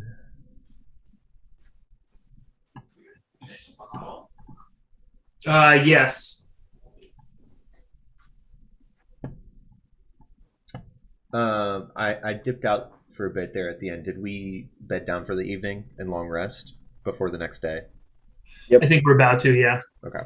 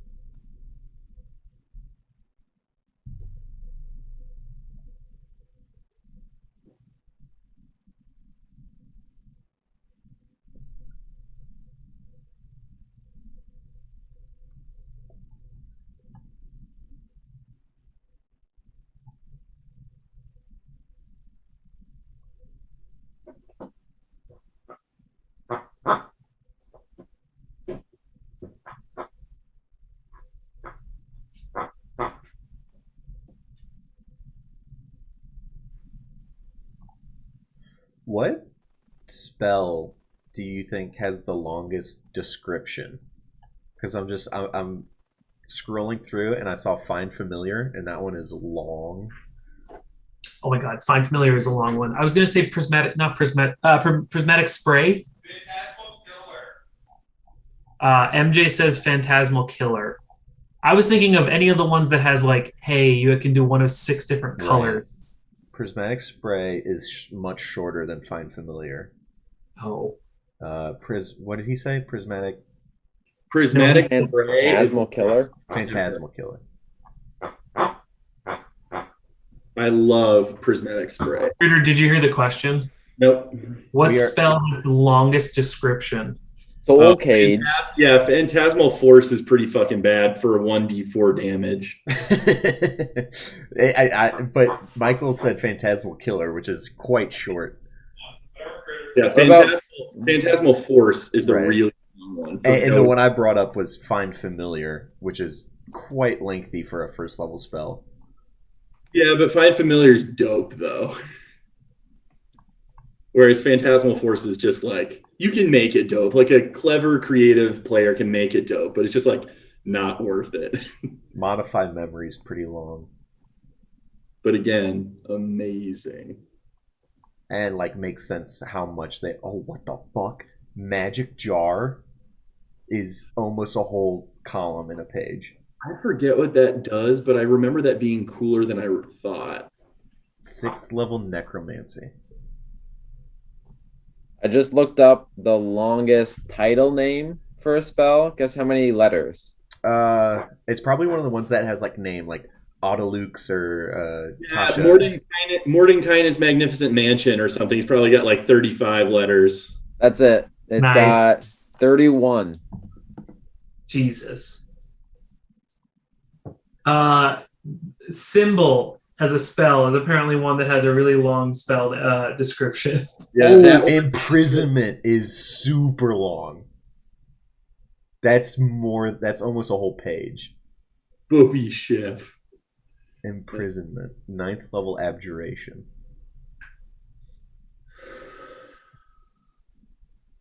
Oh, symbol. That's what it is. Symbol's like better Glyph of Warding-ish. Symbol, and this is no spoilers. Symbol is what Jester uses towards the end of that. Yep. Yes, because I thought it was Glyph of Warding, but it's Symbol, which is better than Glyph of Warding. Yeah. Steve, I'm on episode 74. How many episodes are there total of that one? 140? Oh, there's a lot more. Yeah. 141. Yeah, I think. So you're halfway. That's awesome. Michael Jacoby's 80-90% done with campaign. I'm on 95-ish. Ooh. Yeah. You're I very told Steve I have to finish season 1 before season 3 starts because I'm watching season On 3. October 21st, they Yeah, announced. that's my deadline because I'm watching live with you guys. There's no chance I'm not. Michael Jacoby. I will say there's way more good content in 90 to 98 than I remembered, but as soon as you round the corner on 98, 99, it'll just fucking take you. You'll like accept it. Because I just like finished the part where they take the year break and it's like super like we have a little vacation. It's like, okay, it hasn't like, and then the Trickfoot thing starts and it's the beginning of an arc and it's like, I don't feel the pull yet. Do you love Tyrion Darrington? I do, but I have love feelings. Like, I mean, he's amazing, but I'm also like ready for my little friend to come back. The Daring Adventures of Tyrion Darrington. Yeah, the trials and tribulations, Trials and Tribulations. of Tyrion Darrington. Dodie, take this down. Love it. He's peeing, and then we can start. Cool. Michael, don't let me lap you. I'm on 74 of campaign 2. Dude, I'm inexcusable. But I'm also on like episode 30 in AdPod. That's impressive. What are those? Are those like hour and a half episodes longer? I was telling Steve because Steve was like, "You're not allowed to listen to NADPod until you finish Critical Role." And I was like, "It is such More a consumable. different thing." Well, it's like I can turn it on at 6:30 in the morning and listen to it for 45 minutes and like take it out in between, like on my drive, or like it's like I can listen for 5 minutes at a time. Whereas like I'm not going to finish the 2-year arc of season 1 while I'm walking from my car to my classroom. You know what I mean? Yeah. Okay, ready. It is what Critical Role used to be until it got like YouTube-y and epic. Also, between Toby and Roulette had the closer spelling for ensorcelment, but there's only one L. Oh, shit. Get I miss- fucked. I thought you were better than me. So in a different way, you're both equally close because Michael Kennedy put a C where an S should be, and Roulette just included an extra L. So you're both very close. You're not better than Right. Also, Stephen, were you reacting to the last name Lavore? Yes. I didn't know I did it until I said it. I'm like, oh. I know that Is it too. Is it Jean or Gene? Gene. God, I'm Why do I always know just before? like I know that name. What's the name of it? The Miriam? I don't remember. Porcelain. oh, Yeah, Marion. what's the name of the tavern? Oh, Shenanigans. Shenanigans. Shenanigans. If you ask, Ira will also tell you the name of the general store was run by an old retired general whose name was Nikolai Good, and the store's name is General Goods General Goods. Holy shit.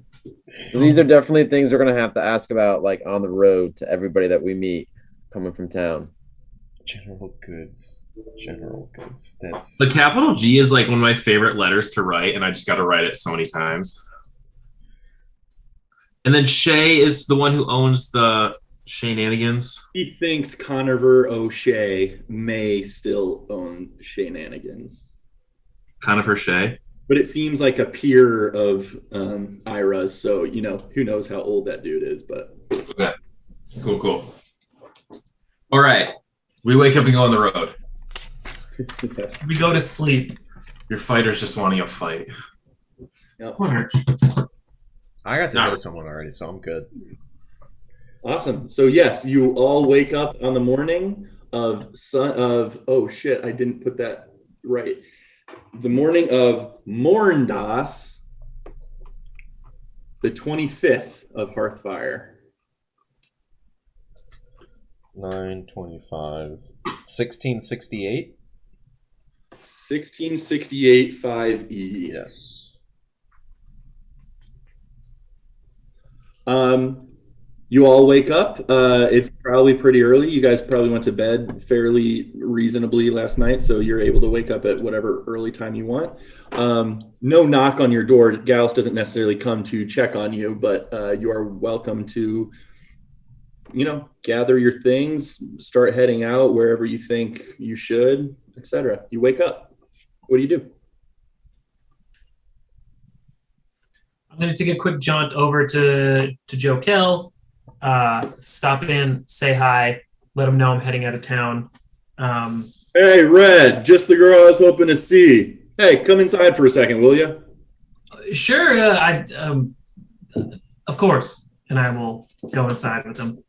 Hey, I just want you to know you'll be missed while you're gone for a little while. Can't wait to have you back. You're super helpful around here. But here, I made you something for the journey, just in case it becomes of use. He will hand over a spool of iron wire. Nice. Love it. Joe Kell, this is... Which you also just know from being a crafter of metallurgy. Wire is fairly it's high quality stuff. Wire is probably professionally made in cities, and for Joe Kell to have this kind of homemade smithy, for him to have produced wire of this quality is pretty impressive. Joe Kell, this is knowing you less than a month here. Actually, hold on one second.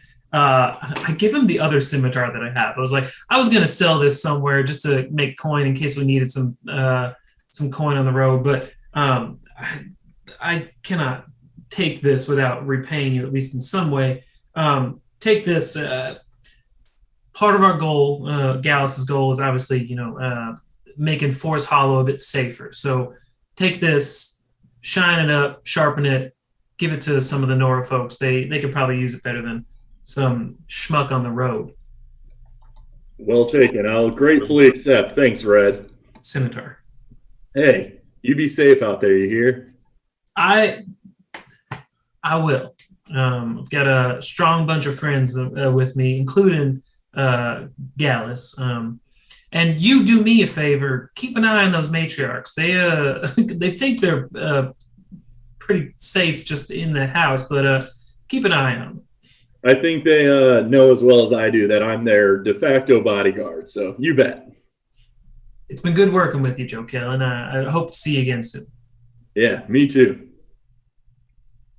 He will usher you out, and you are welcome to return to Nora Camp, where Gallus is set up in the mess hall with his things outside and is ready to, greet whoever wanders out of their room.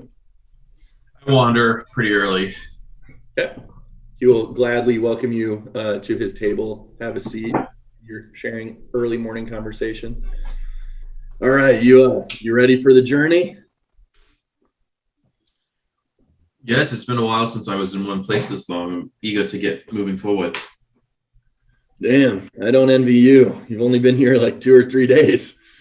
Traveling too much. Maybe we can make quite the visit out of Ostennis. I think you guys will really enjoy it, but we'll be back. Sounds ideal. How about those other two? You want to go wake up Jiri and Toby for me? I'm like out of my seat before he finishes. All right, I'll be right back. And I go wake him up. You run into Toby on the stairs on the way up. Toby, you made my job easier. Gallus is ready for you downstairs. I'm gonna go wake up Roulette. Oh, okay. Gotcha. I'm already awake. I'm gonna go knock on Roulette's door. Are you? Oh, I know. Jiri is the one you said wake up. I'm gonna go wake up Jiri. I go knock on Jiri's door. Jiri opens the door. Got your bag ready. And you can tell he's very upset. And he says, "Yes, I'm ready to go." He's got What's everything wrong? packed and he's ready to go. What's wrong? Not much. My mind just got blown the other day, though. By what? Just found out a lot of crazy things. I gotta figure some stuff out. Got a lot of reading to do. Did you take some books? I got a book and all the notes you took from me. Okay. Well, I hope they're instructional. They will be. Also, we didn't go through this, but Jiri, if you were interested, you could have acquired those other 2 books from the town hall library that you were looking for. You found let's see what exactly they were. You found a well-worn book of recipes, still in reasonable condition, titled Conrad's Camp Cooking Compendium, which has just had a list of easy make-on-the-go meals that combine very basic ingredients into surprisingly appetizing meals. You also found, in your search for culinary literature, found a playbill that had the title and cover artwork of a famous play, In a Durastian's Kitchen, written by an orc, Ponder Grut, about like the harshness of Durast and how that leads to fresher meals. And Ponder Grut. it is very arrogantly like Durast has the best cuisine because it's all freshly slain and that kind of language to it. Oh, fuck Durast. All right, so then knowing that, Jiri would have given Toby or Moby 10 gold, and he would tell them to go buy a crap ton of ingredients from these cookbooks to bring on the trail with us. Moby will return with chef utensils and different assorted fresh vegetables and barleys and wheats and things that you could put together a meal with. Excellent. We will take those with us. He does not give you any change.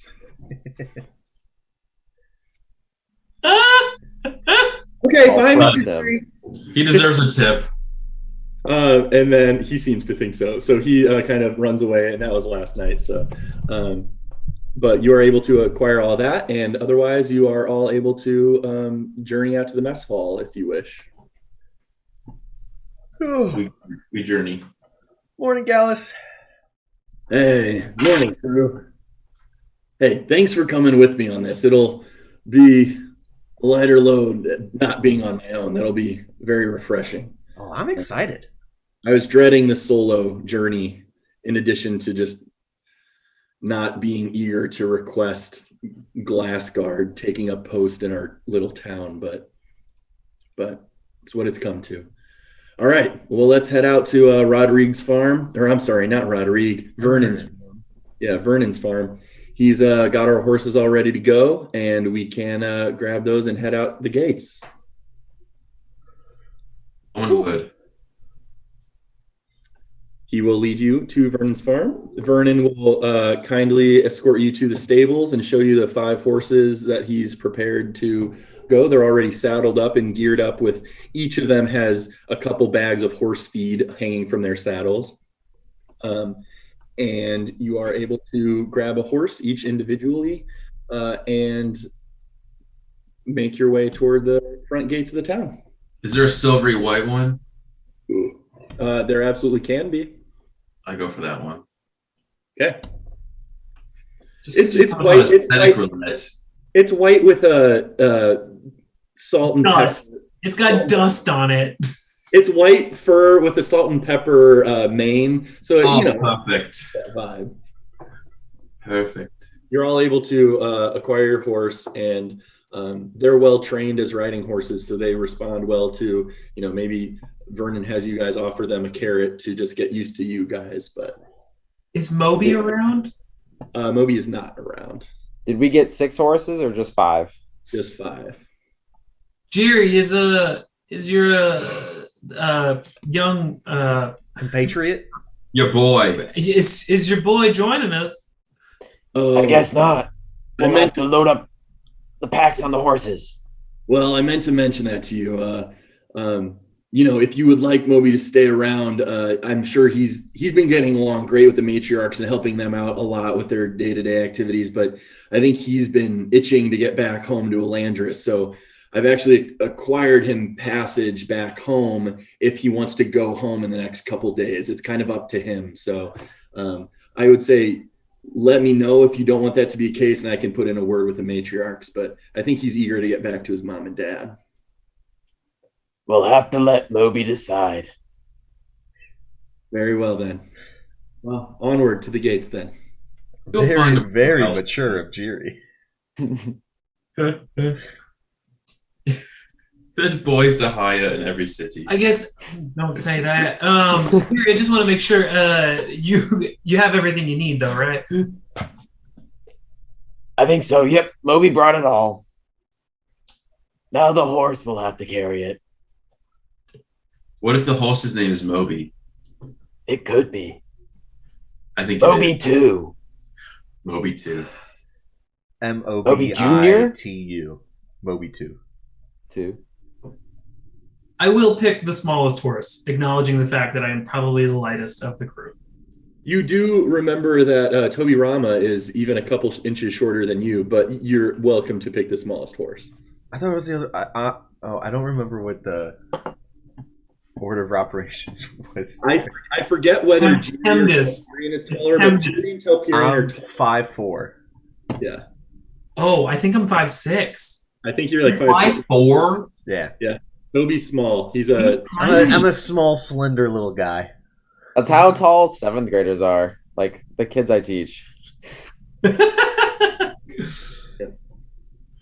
So Gallus will lead you all, dragging your horses, probably not quite mounted up yet. We're going to meet a matriarch and Ray at the front gate, and then we can mount up.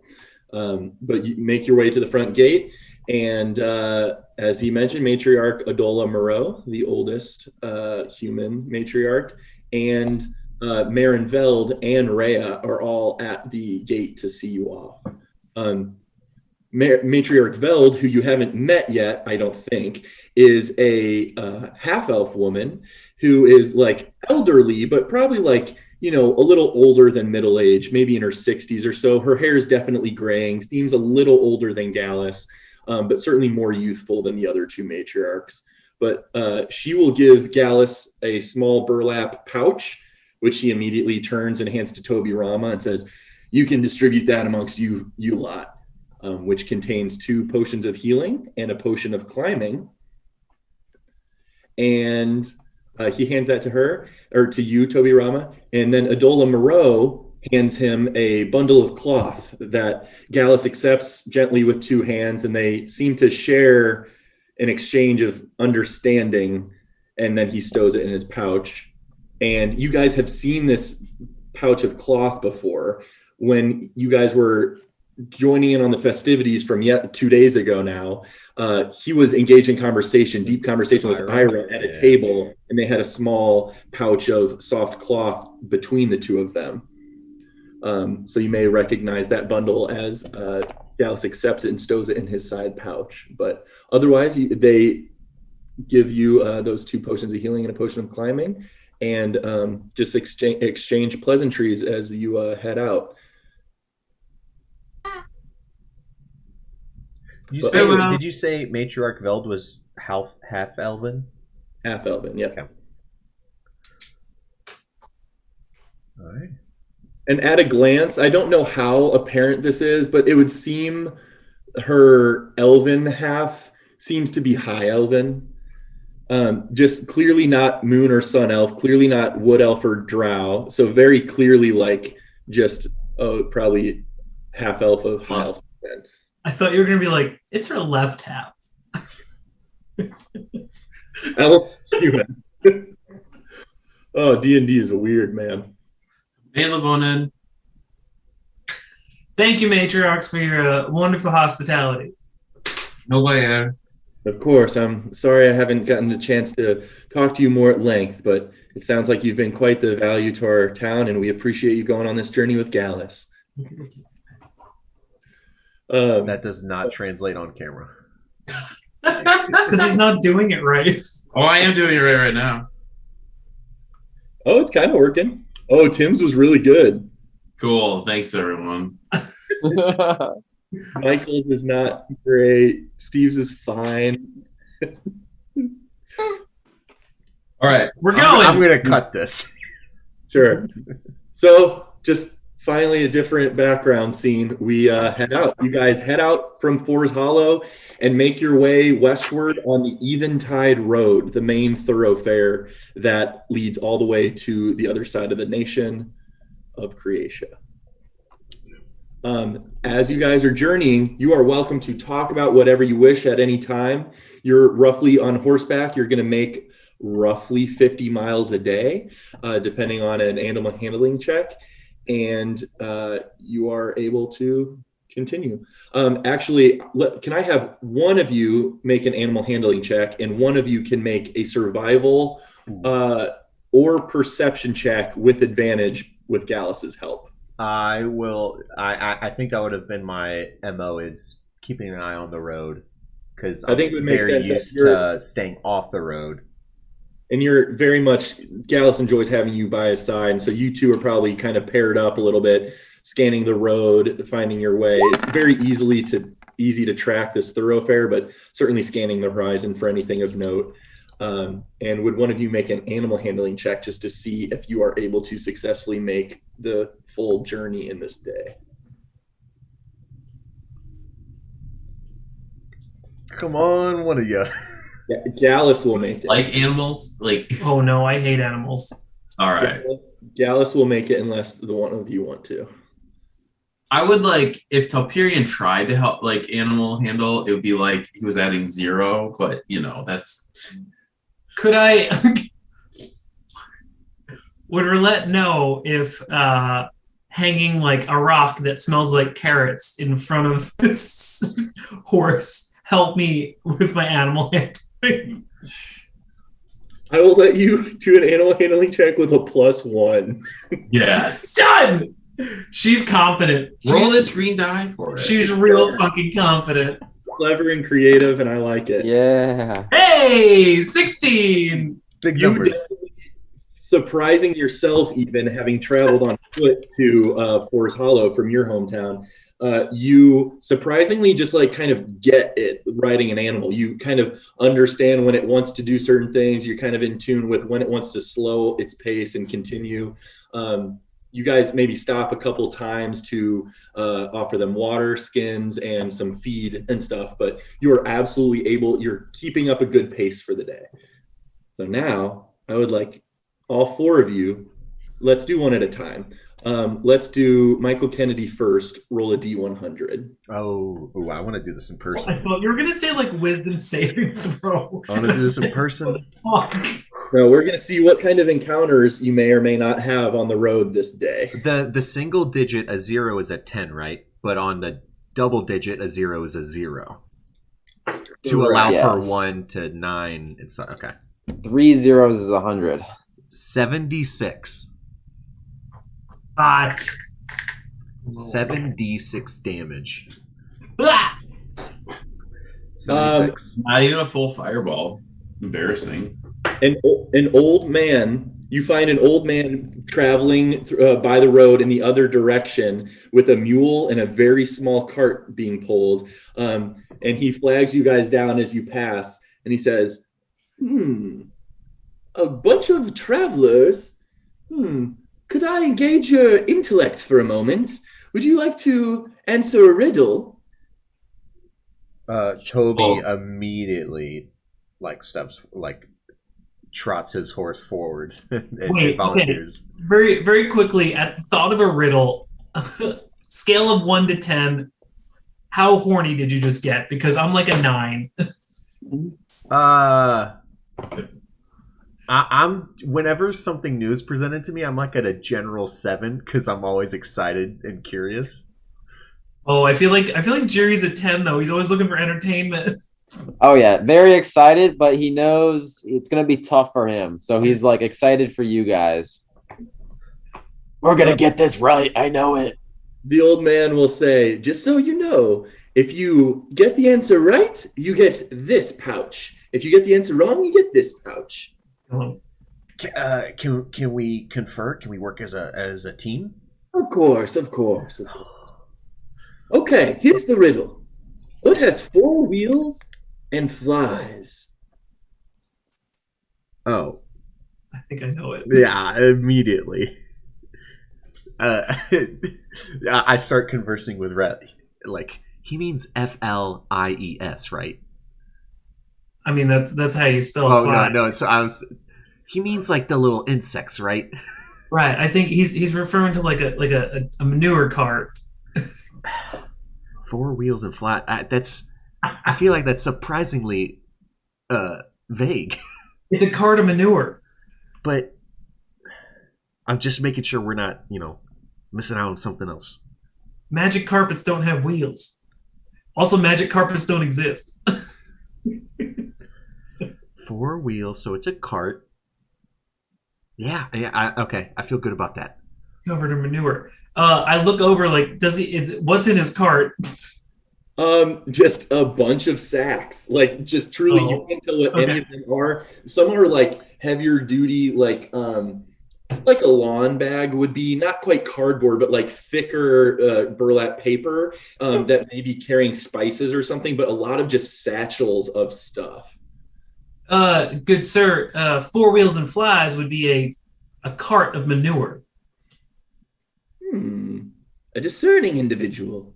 Go about your day then. And he hands you a pouch. Which one does he hand me? Based on what he said.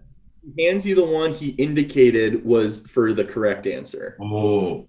Yeah. Oh my god. This guy's a devil. I also started thinking like, oh, but wheels and woes, it might not just be things that go in a circle. What if he has a speech impediment? As he starts to like move off the other direction, he's like, remember, it's bad courtesy to open it before I'm out of sight. You don't count your winnings before you leave the table. Yes, exactly. A woman of circumstance and yes. I like clip it to my belt and I get back on the horse. You can tell like when you clip it to your belt that there's something hard inside. If it's Okay, well, hang on. Wait. Can we say something though? Mike Jacoby was not smart enough to get that, but Telperion has a higher intelligence than me. So Telperion would have helped with that. Just for the record. That is For the audience. But Yes. you also aren't used to common, so maybe you didn't get the whole flies thing. Okay, Oh, that's yeah. true. That's true. Puns are hard. puns are hard to explain. I can't wait to teach Telperion common puns. Big You language wrote down barrier. before. What? All right. You wrote down a phrase before that I said. Oh. Forget what it was. No, it was fun fact. Well, No, you wrote down something I said. Never mind. I should literally keep a Telperion journal of what he writes down. If he starts just going on his way and we kind of start continuing, I'm gonna encourage us to go at a slow pace for 10 minutes, and I'm gonna ritual cast detect magic because that was sketchy. If you ritual cast it, that takes 10 minutes, or I think the original would take a minute, so it's 11 minutes. That was So right. you may proceed further out of view, but you're absolutely welcome to cast that spell. He's casting it from the thing I'm holding. Yes. Well, it's a radial thing. My intent is kind of get out of view of him. Make sure Roulette isn't opening it and say, "Let me just check something," and we'll keep moving, but we're not keeping the same pace because I need to focus on this. Yeah. It absolutely pinged as magical. I have no honor, and I'm like, or about this. I'm like, open it, open it. Toby, I'm glad we took the time. That whatever is in there contains magical essence. So is it trapped or I think I get an idea of the school of magic, if any. You do. Is 10 silver, 1 gold? yes. Okay. Yes, you're absolutely right, Michael Kennedy. You do get the school. So as you cast Detect Magic, you gather that the effect seems to have transfiguration magic. It's something that would alter your state of being. Should I open it? And it is a very small crystal vial that has a light blue liquid in it. I opened it. Yeah. I'll levitate it out like we're all which as he pulls out the vial, I'm like, let's guys. So that has can't tell what it is. Oh no. No, I don't. No, I don't. Can you drink it? No.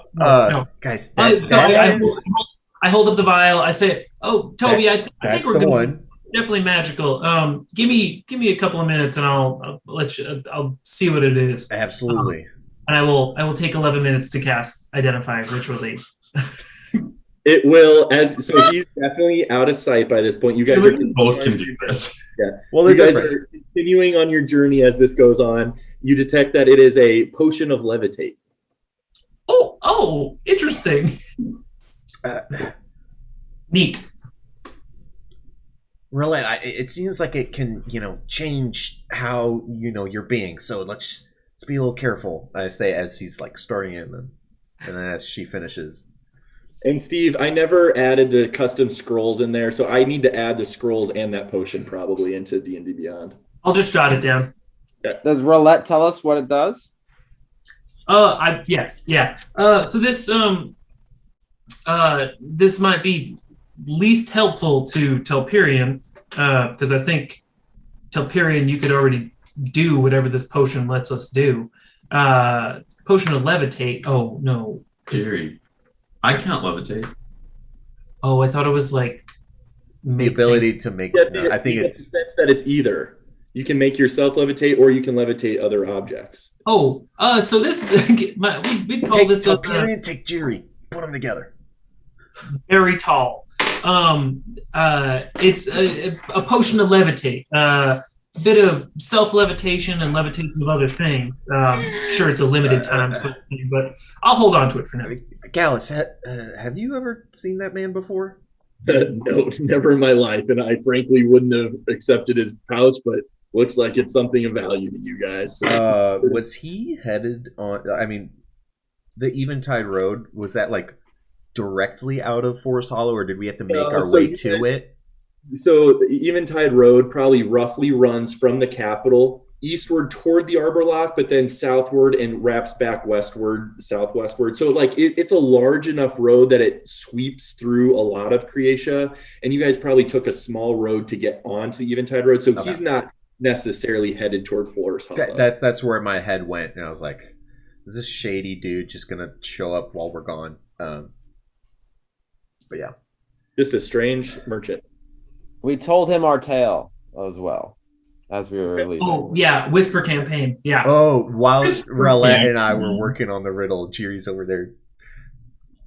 I tell him our tales and the tales of the Norcamp mercenaries, of course. Perfect.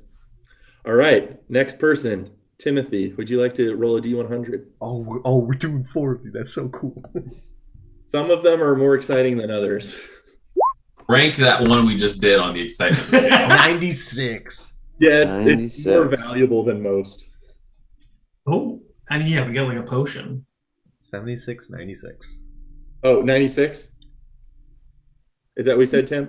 It's in Roll20, yeah. 96. No. A woman is walking, seems well geared, kind of reminds you of Rhea in terms of her general attire and longbow strapped to her back, but this is a human woman. Walks towards you. Hail, travelers. Where be you? Oh, we're making our way towards Ostanis. Bit of a journey ahead of us. Yes, indeed. Just to head up the Eventide Road until you hit pretty much Cardigan and then continue west from there, right? All right. Well, Cardigan we've heard of, right? That's the mining town. That's what. Yeah. Do we have like a map or something? Like, how are we navigating? Gallus knows the country. Daddy. Has made many journeys in the past between us, Dennis. Oh, does he use? Oh, so he just knows. He doesn't need a map or anything. Correct, and it's a main road that he takes pretty much all the way there. And directionally, he's savvy as well. So yes. Although, if you get to a new town, you can absolutely acquire probably a map. Oh, Which I will provide you as soon as I finish it. and none of us have been there, right? So we've never traveled this road before. Not even Toby. Toby has not traveled the Eventide. Roulette has not. Telperion has not. Jiri has not. Jiri, you may have actually, in between stopping by Elandris to gather the services of Moby and just kind of spin tails and entertain yourself in Elandris, you may have briefly been on the Eventide heading to For's Hollow, but not a long journey. I did also want to ask, does this thing we have pulled up on Roll20, does that kind of allude to the general nature of Eventide? It's a well-worn dirt path. Well-worn dirt path, forests intermittently, sporadically allotting the sides, some crags, not mountainous by any means, but certainly some changes in terrain. And if you look carefully, you can see the harpies. Yeah. But just very obviously the well-traveled path. Miss, what's the correct thing you use for Milady? Where are you headed from and to? I'm actually headed down to Senek. You guys familiar? Can't say we are. We're I've heard of it. I haven't been. Yeah, it's one of the most southern creation towns. I'm headed that way. Got a bit of a family gathering going on there. But anyway, don't mean to stop you up. Continue your travels well, friends. Safe travels to you. Safe travels. Have you seen any elves? Now I have. Oh. And continues. That's all we could have asked. Yes. That's what I mean by some of the encounters are less exciting than others. She had 6 magic items on her. We just had to kill her to get them. Telperion, please roll a D100. Oh, yeah. So higher is not necessarily better. 62. Correct. It's a large table. 62. The more the better. A beholder shows up. You continue on your journey, and it kind of goes into a slightly more wooded area before it continues on the farther side. And as you pass some kind of like rougher tree branch type terrain, Telperion, make a DC. Well, I won't tell you the DC. Make a perception check as you're going. 17. You successfully see that a small pitfall trap has been established in front of you with foliage cover and branch cover, and you very competently pointed out, maybe even familiar with avoiding those in the forest terrain. Pit trap. And you all are able to skirt your horses around it safely. Good catch, Telperion. I just wonder if there's treasure at the bottom. Do we see anyone like waiting around for us by this pit trap or no? Make a perception check. The answer is probably not. 16. You do not. Nothing of note. A wild mud man. Say it again, Jerry. No wild, like, savage man waiting for us. You see a goblin peek out of the corner of the woods with face paint and war makeup and a spear. It's time for guerrilla warfare. They're riding dolphins. We're eating Pikachu for dinner tonight, boys. Roulette, could I have you roll a D100? 23. Wow. There's going to be some boots of kind I'm going to steal from you. A traveling troupe of bards passes by you. Jerry! Why are you tapping me? Because I can't tap him. Two dwarves Fine. and a half elf traveling together, heading southward, pass you by, and as they are singing a tune, they hail you in and just ask you what your whereabouts are. Where are you headed, friends? Oh, wow. You guys are singers. Can you sing us a tale? We're heading towards the capital. Where are we going again, guys? Alstanis. We're headed to Alstanis a couple of days out. Actually, we're probably close at this point. Alstanis.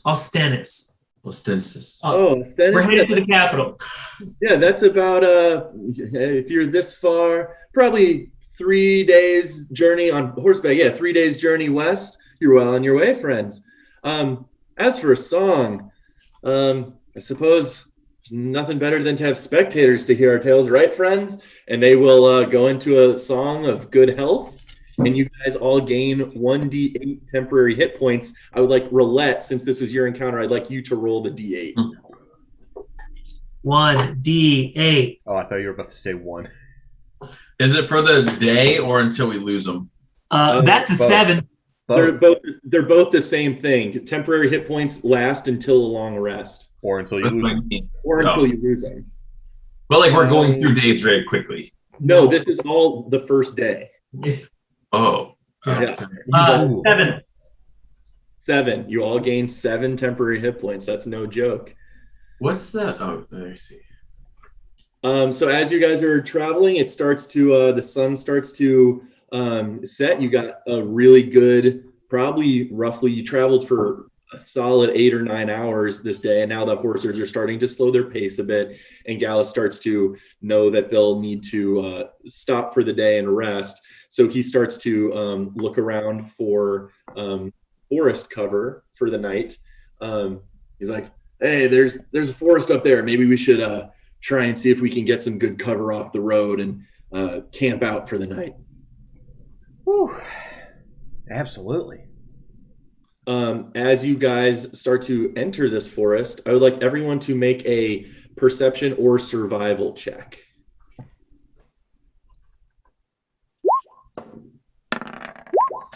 13 perception. 19. Oh, that one. 1. Wow, you all rolled really, really well, except for Roulette. You guys are continuing, and look at that, Telperion. I already outfitted you with this silver horse behind you. You all are traveling into the forest, making your way. Downtown. I'm going to manipulate you guys' location a little bit. As you are all traveling, all of you hear the sound of a sudden rumbling underneath your feet. It starts to shake, and then as soon as Roulette takes another step forward, trying to steady herself, a burst of earth occurs, and a screech so high-pitched. You literally called the harpies, or the siren, or whatever you said. As I didn't this, say harpies.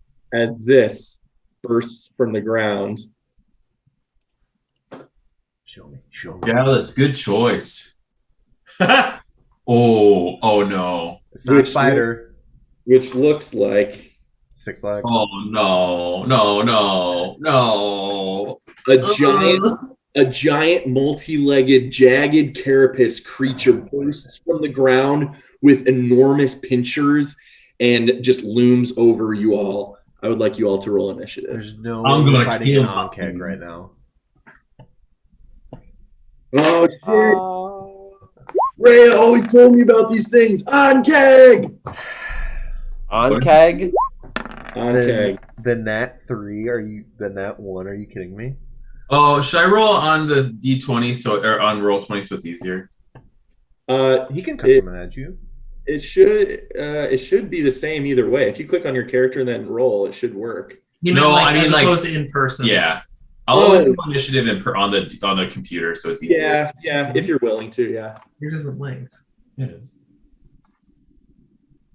Telperion rolled 7. why I not? saw it in my D&D Beyond chat log. Why is it not linked today? Do you not have the app on the thing? Oh, Beyond 20. Firefox, not Google. Uh, I rolled a 9 in person and then a 7 in the thing. Don't do it right now. Did you roll a 7, you said, Telperion? it shows that in the D&D Beyond game log. Yes, I did.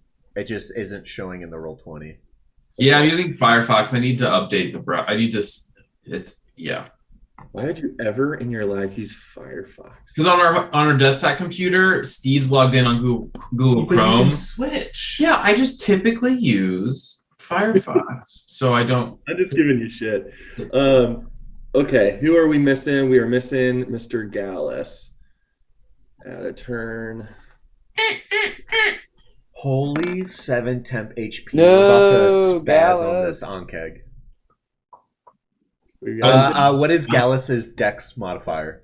Did you just look up the character sheet of this thing? me. Wait, how much HP? How did you know that? No, I said we have 7 temp HP. Oh, I Each thought you we're about to said... spaz on this thing. Because we're all super buffed right now.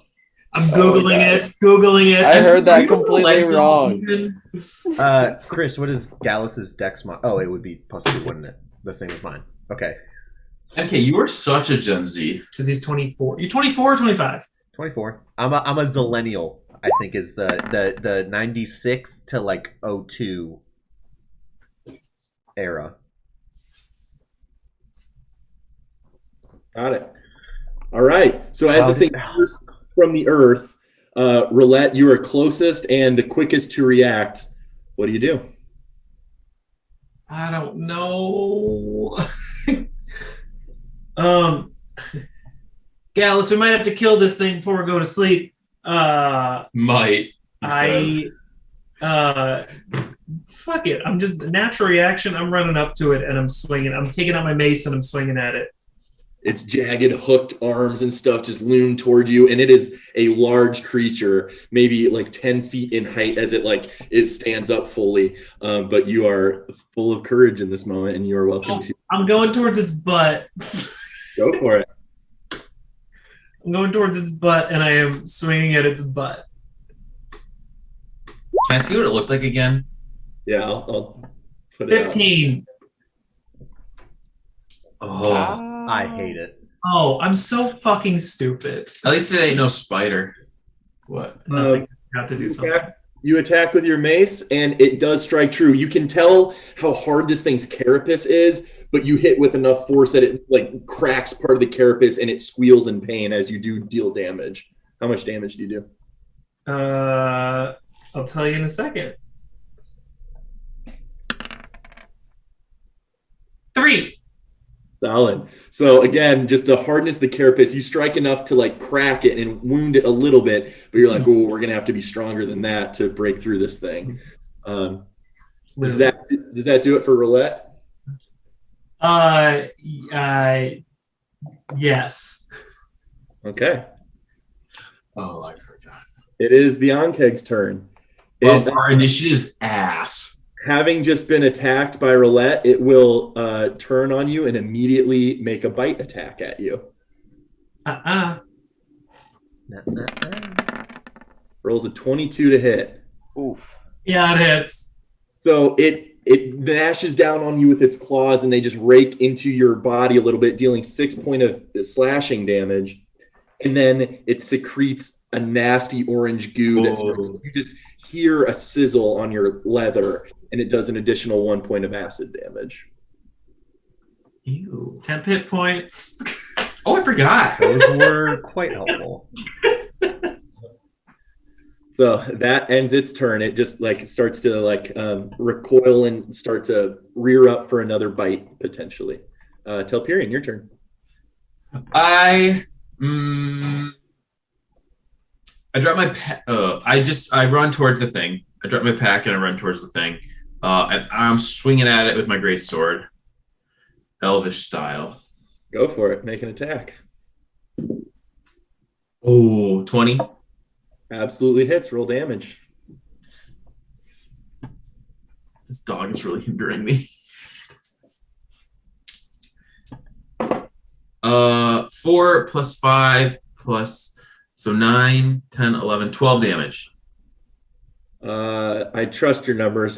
You were too quick for me. I rolled a 5 and a 4 plus 3 because that's my strength modifier. And Gotcha. I swipe at one of it, right into its side. Beautiful. You slash into it and definitely spill out some viscera out of the side of this creature. It howls in pain, or screeches rather, and you absolutely made a big impact. Is that it for Telperion?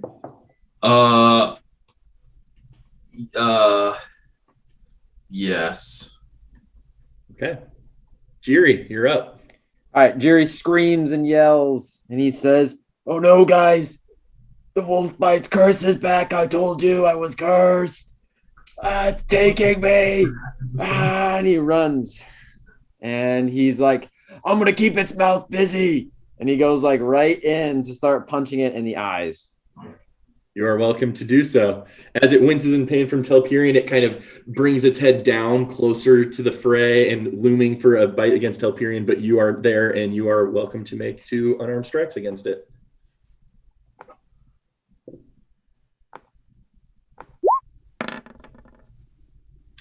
$14? 14 does hit. It moves quickly, and you feel how hard this thing's carapace is, but you hit it with enough force that it definitely reacts in pain to the impact. How much damage?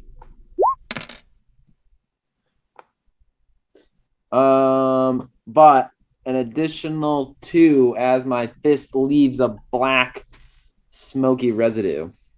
Awesome. 5 So points 5 of- damage. 4 is so unsatisfying. That is your first attack. Would you like to make a second with your bonus action? Yes, I would. A 9, though. Having Winston pain with the first one, it recoils enough that your next fist just swipes free, not making any impact at all. Bounces off. I yell its, like, something. Sure, you can yell something. We need to keep the horses from bolting. You do at that command, you definitely notice that they are whinnying and up on their back legs and definitely frightened in this moment. Should I just Gallus to do that? Literally, yeah. But well done, Jiri.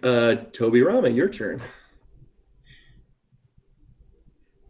Oh, that threw me for a loop. No, I don't. Oh, okay. Yes. I will, having hopped, we're on the ground, so I'll keep my hands on the reins of my horse,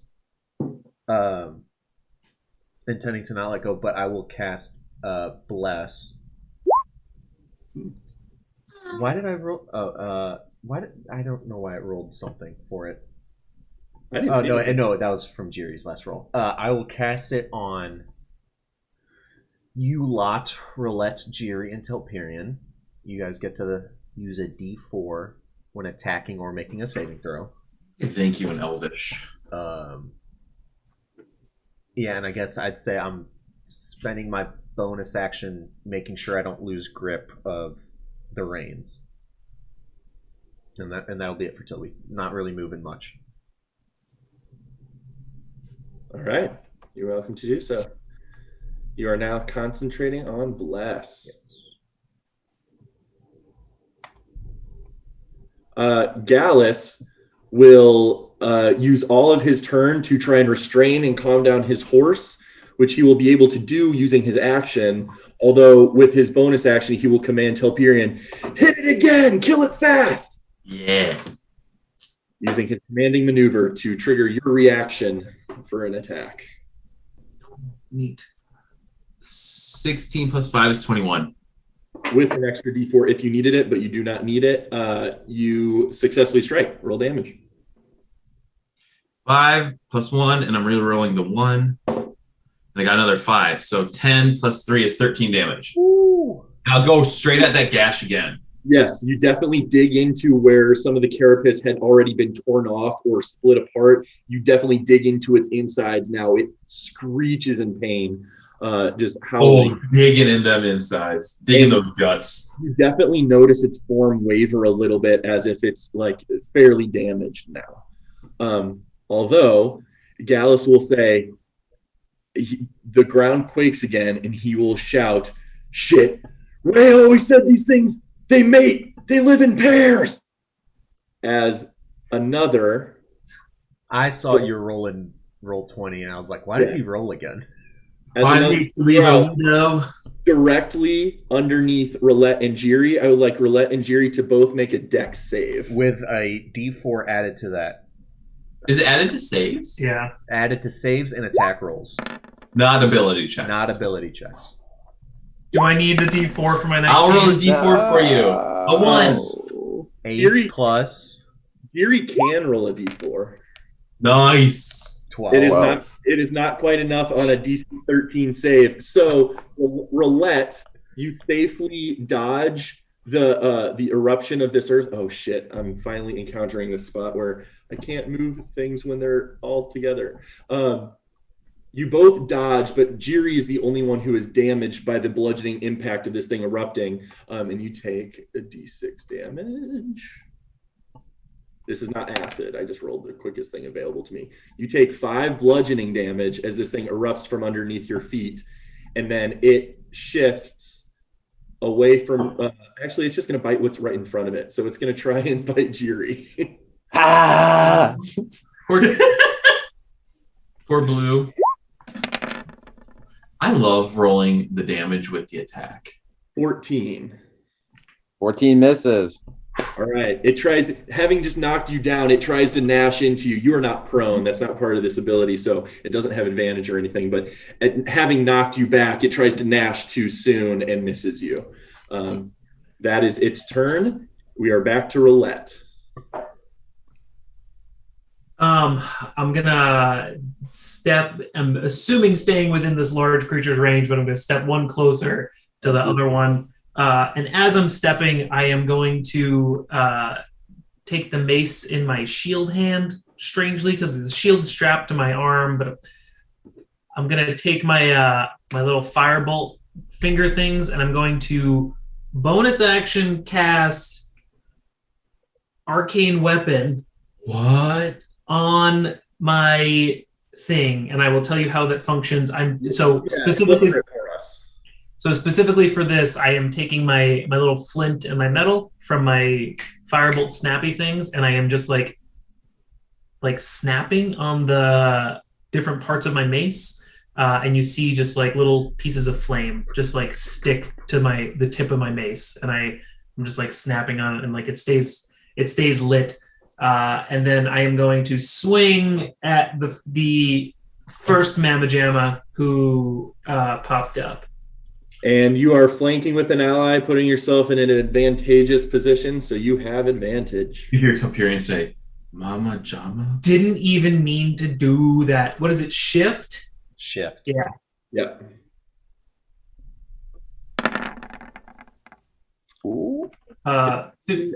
Absolutely, and plus a d4 if you needed it, but 19.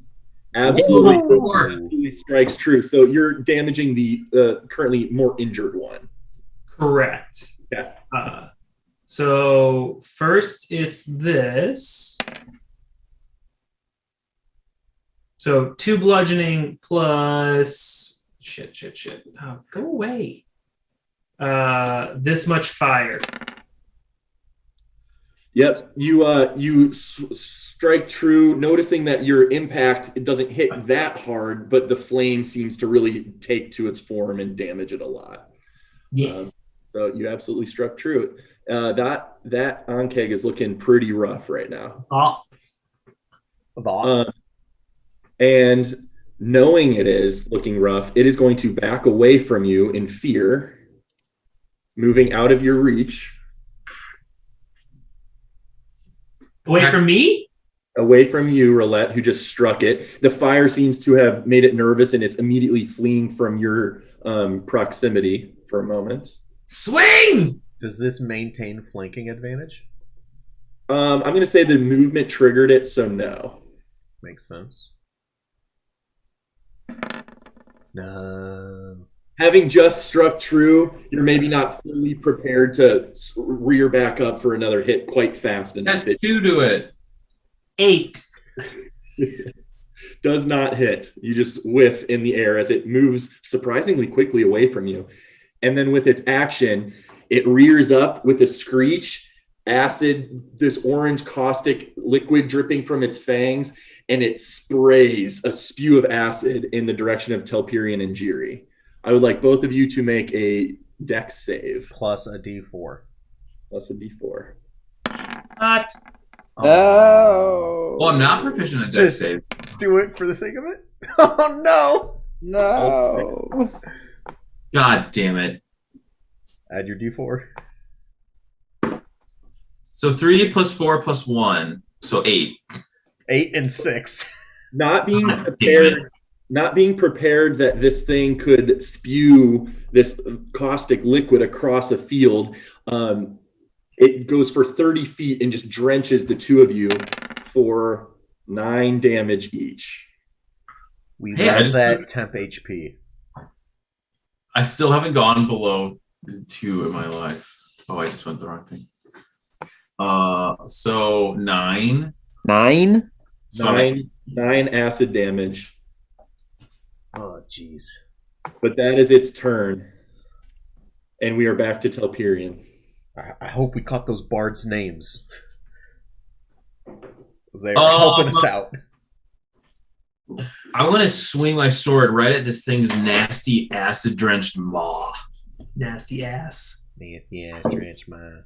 Please do. 13 plus 5 is 18. You absolutely hit.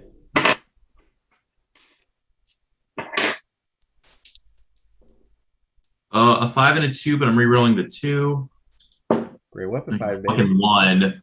So 5, 6, 7, 8, 9. 9 damage at its mouth. You severely injure it, this thing. Maybe its jaw even detaches and hangs from its thing, but it is barely maintaining some version of stability on its feet. It is about to fall. Did it just go? Yeah. Did it just go? Yes, It just. Yeah. Yep. I'm gonna action surge. Okay. All right, and then because I get that didn't matter. Okay, action surge. You dig deep, pushing past your physical limits, and try and strike true again. Don't forget your D4. Don't Plus a forget your D4. D4. Plus a D4. So that was 10 plus this D4. It won't matter unless it's a 4. 12. I think it was a 50. Okay, No, it was a 5. It was a 5. Okay, because the 15 and 5 are right next to each other. I know. It's confusing. 12 Yeah. damage. 12 to hit. Having just dislodged its jaw, basically, you swing right where you did. You had just whiff in the air from a physical form that's no longer in that space. Jiri, you're up. Unless Telperion, you had anything with your bonus action. I will just for the fun of it. Push. It's gonna have such a high strength. The one by Jiri, I'm gonna try to push it 5 feet backward. It has to make a 12 strength DC strength save. No, just away from me, diagonal, I guess. Oh, I didn't mean to do that. That's not a real roll. I didn't see it. Yeah. Oh, It jeez. does succeed. So it feels the force of it, and it recoils a little bit, but maintains its space. Cool. Can you push diagonally? It moves away from me or towards me. So Away. since I'm diagonal to it, it would theoretically move diagonally away. Is that the? Oh, okay. I personally would not have ruled it going diagonally. I probably would have pushed it in one of the directions. But You get to pick. You're God. That's my Roll turn. a Okay. D2. Sorry. Right, Jiri. I'm still going after this guy. This guy's got my full attention because I cursed it, Yep. and I'm just gonna I'm gonna keep its mouth busy, and I'm gonna climb in there, and I'm gonna start socking it in the eyes. Please do so. What's he got for us? He's just going pottery eating tomorrow. He invited us, but I said so you can go with him tomorrow. That's much, Absolutely. Jiri. Absolutely hits. How much damage? 42 damage. +2, so 6 damage. How do you slay this Ankeg? Oh fuck. Right on top of the forehead, and I cave in his skull with my fist. Ah! And his jaw is just like hanging loose, just like wobbling. Imagine you like partially like almost Legolas style, like grab onto its like mandibles and just kind of swing up on top, punch its skull, it cracks, and the whole form just slumps to the ground immediately, and you just very gracefully step off its head. Okay, and probably Toby would notice this, but as I like kill this thing, as it dies, the like the residue that I was leaving on it like pulls off of its body and like enters back into my fist, but it disappears now. That you can like see black, probably like spots you were leaving on it.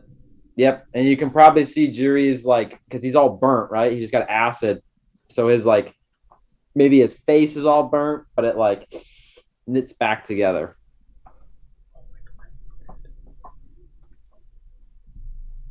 Noted. Yeah. Awesome. You still have your bonus action if you wish. All right. He's gonna turn around and try to punch the other one, but you notice that the mist is gone, the fog. Critter, you just called it a bonus action.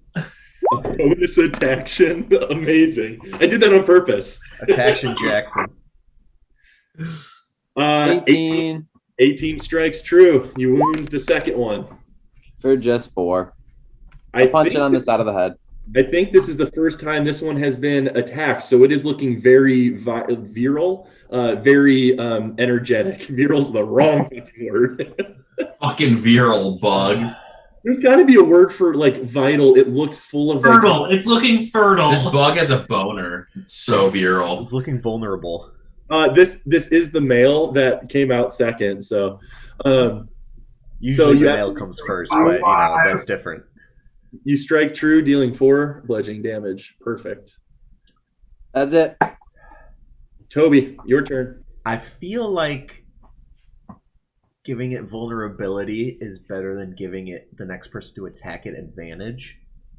So I will Just don't give up concentration. I will not, so I'll use path to the grave on it. So the next time an ally or me hits it, it is vulnerable to all of that attack's damage. An ally or me. Classic Celestial Warlock. You guys are such a goof. I will use my channel divinity path to the grave. Yes, that's what I'm saying. Classic Celestial Warlock. Okay, now that we're in the middle of the day and it may be more visible to your comrades, what do we see when this effect takes place? I thought we were like finding camp for the night. I thought it was Like, okay, I'm but sorry. it's still visible light. Right, Yeah. okay. This one is like that silvery sparkly mist that I like manifest when I am using magic. Now it's around this creature and the sparkles are highlighting like key points to hit it. It's weak spots. So you know, oh, I need to go for this spot, or I need to hit it here to hit that joint. So it's and it's essentially a beacon Places for your where strikes. Yeah. Awesome. Keeping my hands on the rein. Well, actually, have any of the other horses run off? Because Gallus and I kept ours. The one closest to you, this one is looking like it's back. Like, let's say it's backed up one space. It is trotting backwards. The other two are just like whinnying and on their hind legs, like flailing their legs, like can't tell if they're gonna like try and fend off these creatures or flee. It's kind of hard to tell in this moment. I don't know if I can do this, but for my bonus action / movement, whatever hybrid I can make, I'll try and reach out my horse in one, and then this one that seems to be backing up, trying to keep them both in check. Okay, yeah, I'll say that's like a hybrid between a grapple and a normal interaction with an object. So you can do that with your movement / bonus action. And not even maybe keeping it from moving away. I just want to have, Yep. physical contact on something. Very doable. That'll be it. All right. Gallus will run over here and attempt to smack this thing as hard as he can With the back of his hand. with his hand axe. Oh, and he has advantage because he's flanking with roulette. Didn't need it. 22. He does 9 slashing damage to it, and with his bonus action, commanding maneuver says, "Roulette from the other side, hit it now." That does 18 damage to it. Yes, it does do 18 damage to it. You're right. Sorry to steal that from an ally PC, but The point was established. Mine's also at advantage, right? yes. Although he does shout that to you, but did you already swing per your reaction as it walked away, or has it already come back to your turn? I think you might have already used your reaction now that I think about it. That is true. That's such a shame for the nat 20. I'm very sorry. Because you rolled a nat So 20, disappointing. you just feel that you're really good at hitting stuff if you could have hit it. So, And you know you would have hit it harder because you're blessed. I already used my reaction. yes. I forgot about Dad that. still calls that out and uses his ability, but just it falls on deaf ears with you having just paid attention to the other one. But that is his turn. Now the male Ankeg's turn. It can't really tell who to go for here. We killed its girlfriend. Wife. It's Mama. why Well, mate. I don't think there was a ceremony involved. they Don't were assume boyfriend gender. girlfriend. I think it's going to. I was assuming cultural, not gender. It's going to turn toward the one that just attacks him and attempt to bite Gallus. Oh, I thought you were gonna say me. I was like, I didn't. Nat 1. This is a moment not of the beast's incompetence, but you see Gallus and you're like, his footwork, the way he just like repelled that attack with his shield, like you're like, this dude was taught how to fight. These are like martial moves. This is not just some ragtag dude that taught himself to fight. There's some real martial discipline here. But he expertly dodges, and that is the creature's turn. I haven't stopped screaming since Gallus told me to attack. So I continue and I attack again. Is it your turn? There it is! Plus a d4 for fun. What? Just roll the d4 for fun. 27. Give me 27. Okay, 24. You strike very true.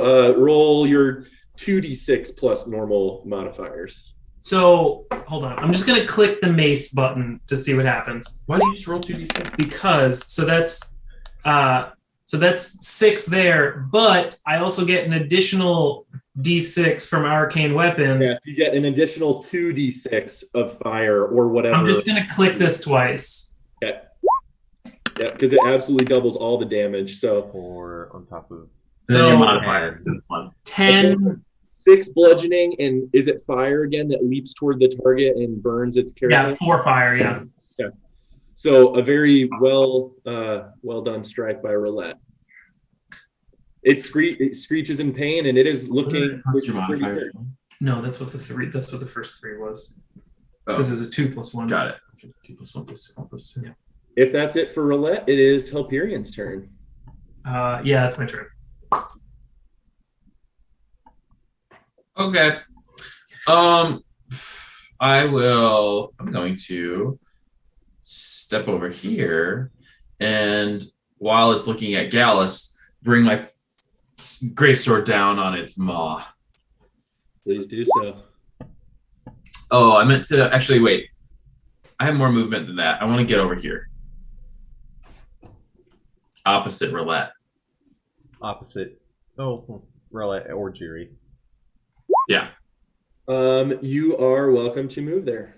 Go for it with advantage. Cool. Yeah, you being a martially adept person, you think quickly on your feet and put yourself in a good position to attack. I roll 2 5s. You can roll a d4 though, because you're blessed. And you rolled a 4, so you hit 14. 14. 14 just hits. Fucking yeah, that bless is great. Oh my god. Strike true. 6 and a 1, I'm rerolling the 1. 6 and a 4 is 10 plus 3, 13. Ooh. Once again, you cleave this thing so thoroughly and just gut part of its innards out. And it like its form starts to give and collapse, and it just barely keeps itself up on its many legs. That was 31. No, that was 41 damage in like the last 3 attacks. It was a lot. On this thing? Yeah. That's fucking sexy. Yeah, There's no point in trying to push it. Okay, that's my turn. you see acid starting to drip from its fangs as it starts to rear up for a spray. But it is Jiri's turn. All right. I mean, nothing else to do but punch the shit out of this thing. It's not looking too great, right? It is looking very poor. My God, if Jiri gets 2 killing blows, I'm gonna scream. This will be 3. Stop. Ooh. Shazam. How do you kill the second Ankeg? As it is rearing up and acid is dripping down its form, about to spray, how do you end its life? Hold on, let me get some damage first. It had 2 hit points left. Ooh, but I get an extra D4. You gotta know which damage he does. Oh, 6 damage. Okay, pretty good. He's just gonna, give it a straight clock right across the head, like powerful enough to like rip its jaw out. You do so. It's as caustic acid is dripping from its mouth, it starts to rear up to spray, and as it does so, you hit it so hard its neck snaps and just goes limp, and the liquid just starts to ooze out of it onto itself as it collapses into the ground. And Jiri faints once again. Oh my God. This frail man. But you have successfully killed both Ankegs, and you're now out of combat. I turn around and look at the horses.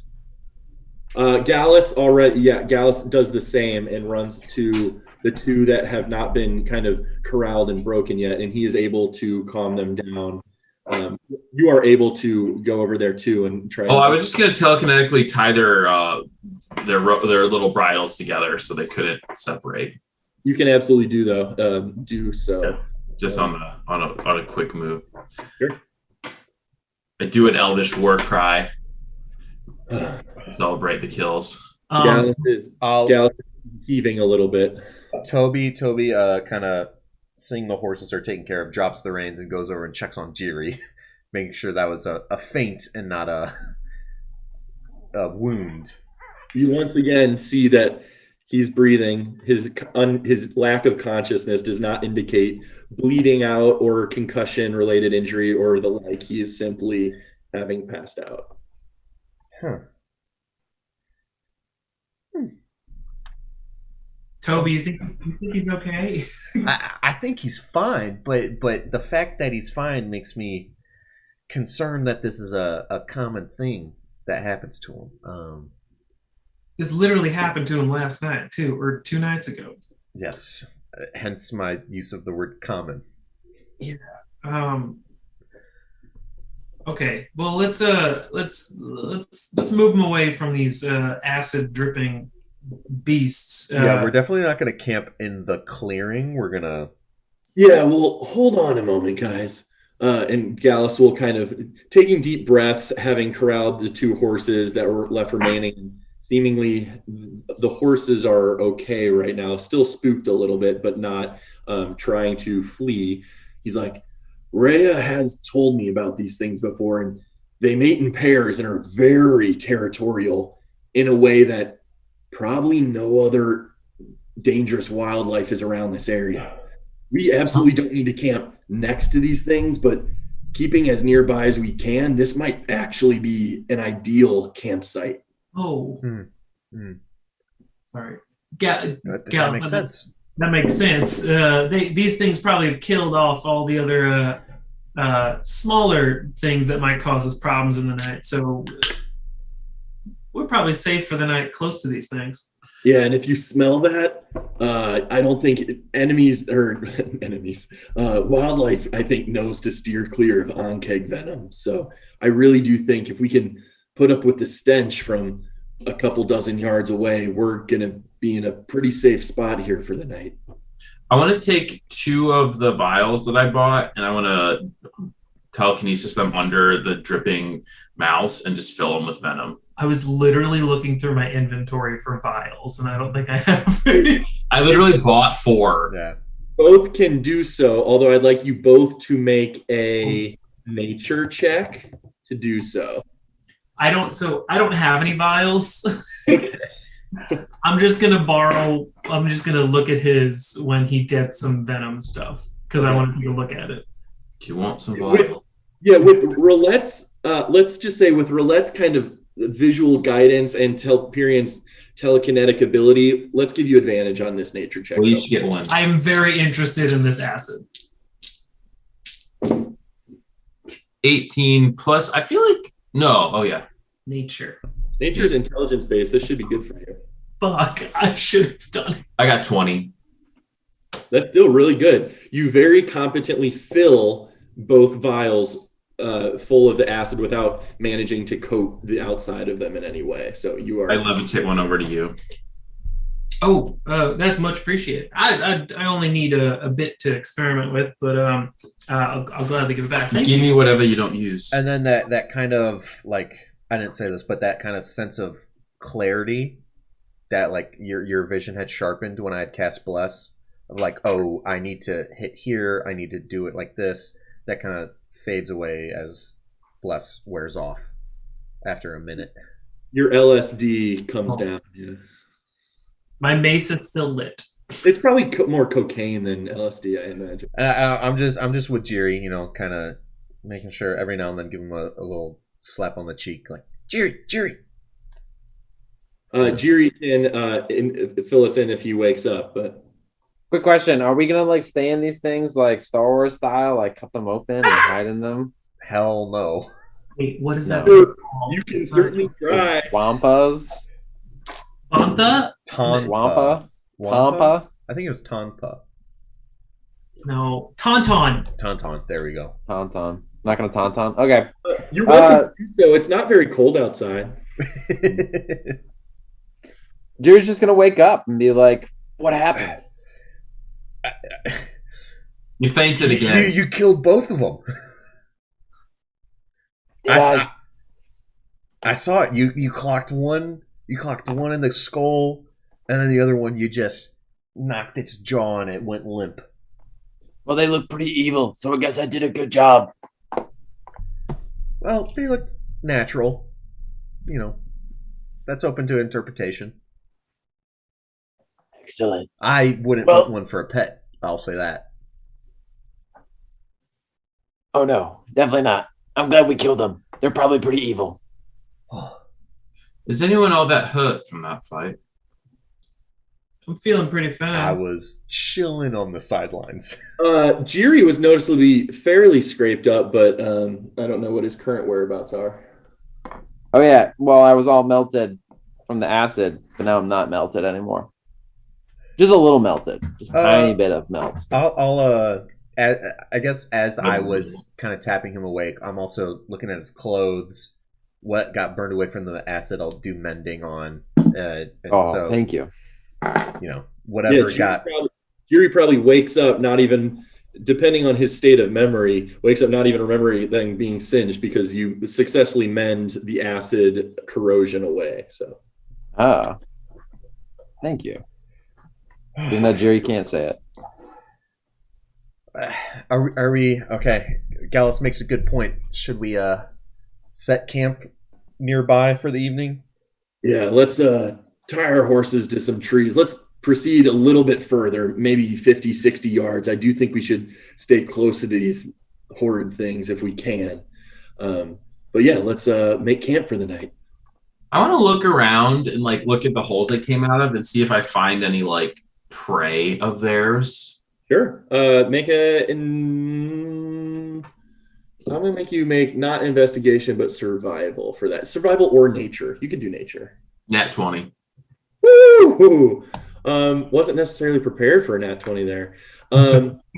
You are able to see that the burrows they make when they are tunneling through the earth They definitely churn up the earth and it's softened a lot. So it is easy to dig through, but it does collapse behind itself.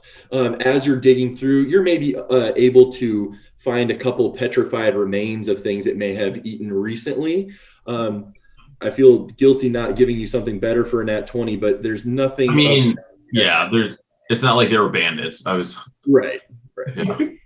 Do they have pouches? Also pissed at myself for rolling a nat 20 on that of all things. But yeah, it's good. Thank you. What magic items do these unkegs have? Honestly, right. They probably have a couple. Your mandibles are +3 Wands. glaives. Perfect. That's what I needed to hear. You can add 4 +3 glaives to your inventory. That's the saddest nat 20. Whatever. Not as bad as the one that never got used by Steve, though. Yeah, I rolled it again. The dice never lie. Roll it again makes it all okay. Okay, so I'm going to move you guys to this screen.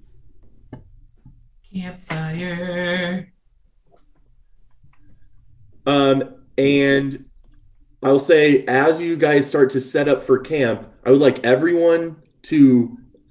We won't do this every time, but we'll go through a small skill challenge.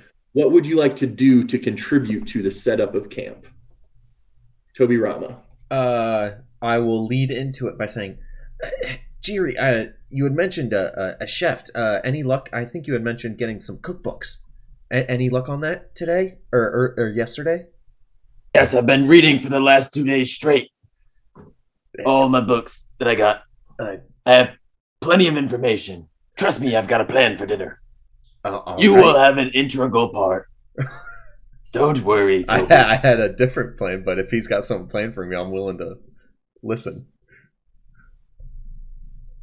Oh, you want to hear the plan now? And we can decide whose plan is better? Absolutely. Okay, here's my plan.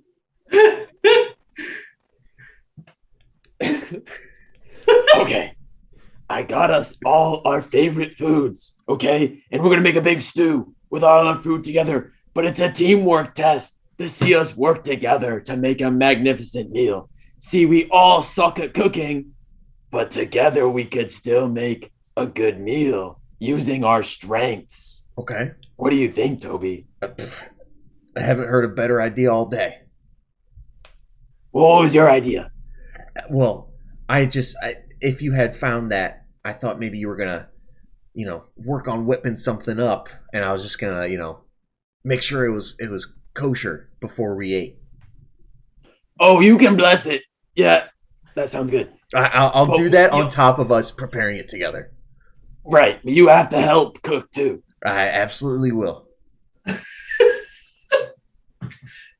Roulette is building tents. Okay. I'm just like, so Period's standing there like, Toby, I told you earlier about my ideas for why all children in Common should learn a little bit of Elvish, and you don't think that's the best idea you've heard today? I don't remember that. I think I might have been gone. I think I was gone for a little bit, so I might have missed that. No, this is just me improving to make. Yeah, that's out of session. Okay, Yeah, I was gonna say. I just really wanted to latch onto your whole "that's the best idea I've heard all day." And that was For once, Toby's like, "Oh, I don't think I caught that when you said that to me."